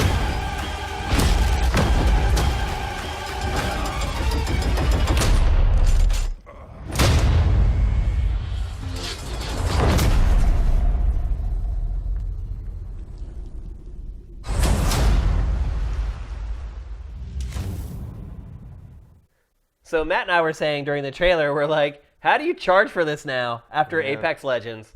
You can't. You're just in also ran territory. Yeah, I mean, and then Matt was like, well, and I said, well, I don't think they're going to. I think after this April period, I think they're just going to leave it free, because how do you go back and charge people for something after you let them have it free for a month? You can't really. And then Matt said, well, then those people should get crazy cosmetics. Yeah, the people who actually paid for it. And I was like, yeah, you should. You should get, like, the best cosmetics in the game. And then Matt made a good point. And he's like, well, if you actually wear those cosmetics, then you look like the sucker who paid for it. Which is a very good point. That's the thought that counts, right? Yeah. But once again, Pac on the money. Man, he is on a roll. Like, seriously, like, all his predictions have come true for, like, the last, like, year and a half. And some of the predictions he had been making for, like, 2 years. Like, it just kills me when people get on him. Like, you need to pay more attention. He's doing a hell of a job. W. Matthew, have to ask, what's your guys' take on Jason Schreier's story on BioWare published today? We talked about it already in other topics. Great work, as always. Majora Tom 91. How would you rate the viability on my prediction for the next consoles? Both will have tiered models. In regards to specs and power, both bare minimum systems will be more powerful than Stadia, though not by much. Will cost between $299 and $399. That's where I think we may differ. They also have a Pro X model that could be $499 or above. Could definitely see this happening with Sony, given they're also selling PSVR 2. Well, I mean, we kind of talked about this already. Yeah, a fair amount. And maybe you tuned in late. But I do think it's you're looking at $500 period. Minimum. You're not looking at a Pro or an X model tiering, but you are looking at disc or no disc drive. Yeah. And then replace with a hard drive. Which I think will be drive. the same price. But I'm guessing you're paying $500 for these things. I think if you're really going to beat Stadia, if you're going to go over 10 teraflops, I think you're going to have to charge more than $500. The rest of your stuff, I think, makes sense. I just think your pricing is wishful thinking. I just don't think there's any way they're going to get the price down, if it is, in fact, that powerful. Justin Horman, what are your thoughts on the dude getting 20 years for causing a death from a swatting call? Will this be enough of a deterrent, or do you think the people who do this crap don't care about consequences or think they won't get caught? First of all, let's give a high five for the guy getting 20 years. Yep. Deserves it. And I hope he serves all 20 years in prison. I hope he doesn't get out early for any reason. Yes, I don't know how this could not be a deterrent. Well, I mean, 20 years in prison for that skinny little runt. I mean, the only thing I'll say is I do kind of agree with Justin in the sense that, like, his last part of his question is, like, do you think the people that are doing this are thinking critically well enough to even understand what deterrent would mean in this game? You're probably still going to have people doing it anyway. I mean, nothing's 100% deterrent. I mean, people but it's shoot up schools. It's a pretty good thing. People who shoot up schools knowing either they're going to kill themselves or they're going to be in prison for the rest of their lives, right. And they still do it. So, sure, there are some people. I think more people who aren't psychotic, who are just maybe a little twisted. Yeah, I think it is a deterrent. If people can still understand what prison is, it is absolutely a deterrent. Yeah, I mean, I think it's a fine sentence. Yeah. Some people are saying it was too much. I do not agree with that. How's it too much? You killed someone. Yeah.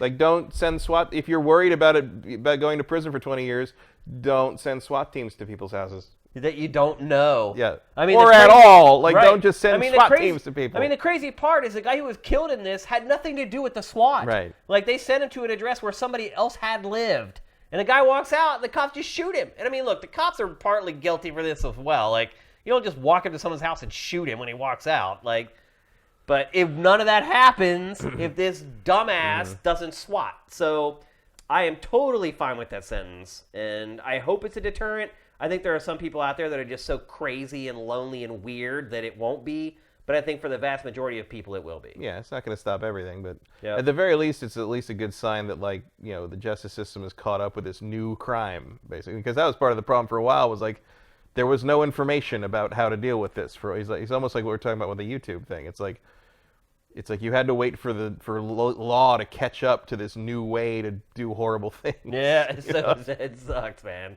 Oh, hey, Freeze Frame Rate and Carl Carlston, thank you very much for subscribing via Twitch Prime. Appreciate it. And thanks for waiting until the end so we can thank you as well. Here's one from Freeze Frame Rate. Since you subscribed, we'll answer your question. What were your thoughts on the Gearbox conference? What was worse about it? The head of the company doing magic tricks, or that the reveal trailer for Borderlands 3 had serious technical issues? Probably the latter. Yeah. Although the magic tricks were... I expect Randy to do magic tricks, though. He just had to impose it on everybody. Yeah. Everybody knows he loves to do magic. When people go to his house, he forces them into this theater where he does his little magic show. He had to force this on everybody. Mm-hmm. He had to. He's like, I do magic, and I'm going to do magic on stage at PAX. I thought it was awkward and weird. I don't know. Like, it maybe it would be less awkward and weird if people were more familiar with him. Right, like, and knew that that's what he does. It is what he does. Yeah. He's I think the great nephew of one of the great Cardini, right? Which is one of the classic magicians. Yeah. Like one of the guys like the Prestige is referenced. You know, based on Well, I don't think he had a teleporting Tesla machine, but like. It's that kind of when you think of a magician, like his great uncle. I think it's his great uncle was basically one of those guys. Yeah. There's a big display of him in the Magic Castle in Los Angeles. If you ever go, there's a big display of him, and Randy's name is there because he's the one who donated all the stuff. So right. Yes, magic is important to him. It's kind of in his blood. It's just sort of something I expect him to do when he gets a chance. I didn't think it was that horrifying. I thought the fact that the frickin' trailer didn't work was way more disturbing because that's the thing you got to sell people. Yep. Let's see. Oh, Vincent has a note. It says on the Borderlands stuff, the remasters launch tomorrow, and the Borderlands 3 date just leaked as September 13th. Wow, that's faster than That I is thought. faster. Yeah. So there you go. I also want to clear something up. On last week's episode, I gave you guys bad information, and I want to clarify that. If we make a mistake, we want to clear it up. In the Division 2, you can matchmake with other people for specific missions. So you have to walk up to that very specific point that has like the screen where like the mission kicks off, and if you stand there, then you have an option to matchmake with people just for that mission. I played the game for 40 hours, never saw it, never realized it. Somebody pointed it out, and I just wanted to say that I was wrong and I had that information incorrect so that I update you guys on that. My apologies on that. I just never saw it and never found it. Maybe take one or two more.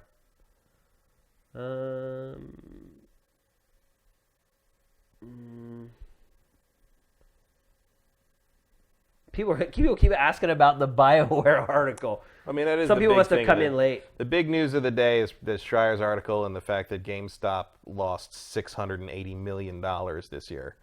It's not going to be around for long. If you need some cheap Funko Pops, give it a few months. Okay, here's the last one from Super Cordon Bleu. One great aspect of the Switch is that while underpowered, it's close enough in specs it can get good ports from PS4 and Xbox games. I think he means PS3 and Xbox 360 games. Maybe. I mean, people do seem to think that the ports from the existing systems are viable, but you don't see that much. I mean, they're viable. Are they good? Not enough to warrant buying it on Switch to me. Some even day one. With the PS5, Xbox 2 set to be very powerful, how powerful does the Switch Pro have to be that the trend of receiving good third-party ports will continue? I completely disagree with that. Like every Switch third-party port is like a watered-down version of the game everywhere else. Like, yeah, I would never choose the Switch port over. I feel like Switch fans are like, it's playable, so it's good. Like, no, that's not good. I mean, Dead Cells can't even hit 60 at this point. It's The the only platform that can't do 60. indie Dark stuff, Souls I don't even Remastered care. can't do 60. Indie stuff, I don't even care. But it's like, Doom. Doom is all about 60 frames per second. That's what that game was to me. Mm-hmm. Playing it in 28 or whatever it was running on Switch, no, that's not a good port.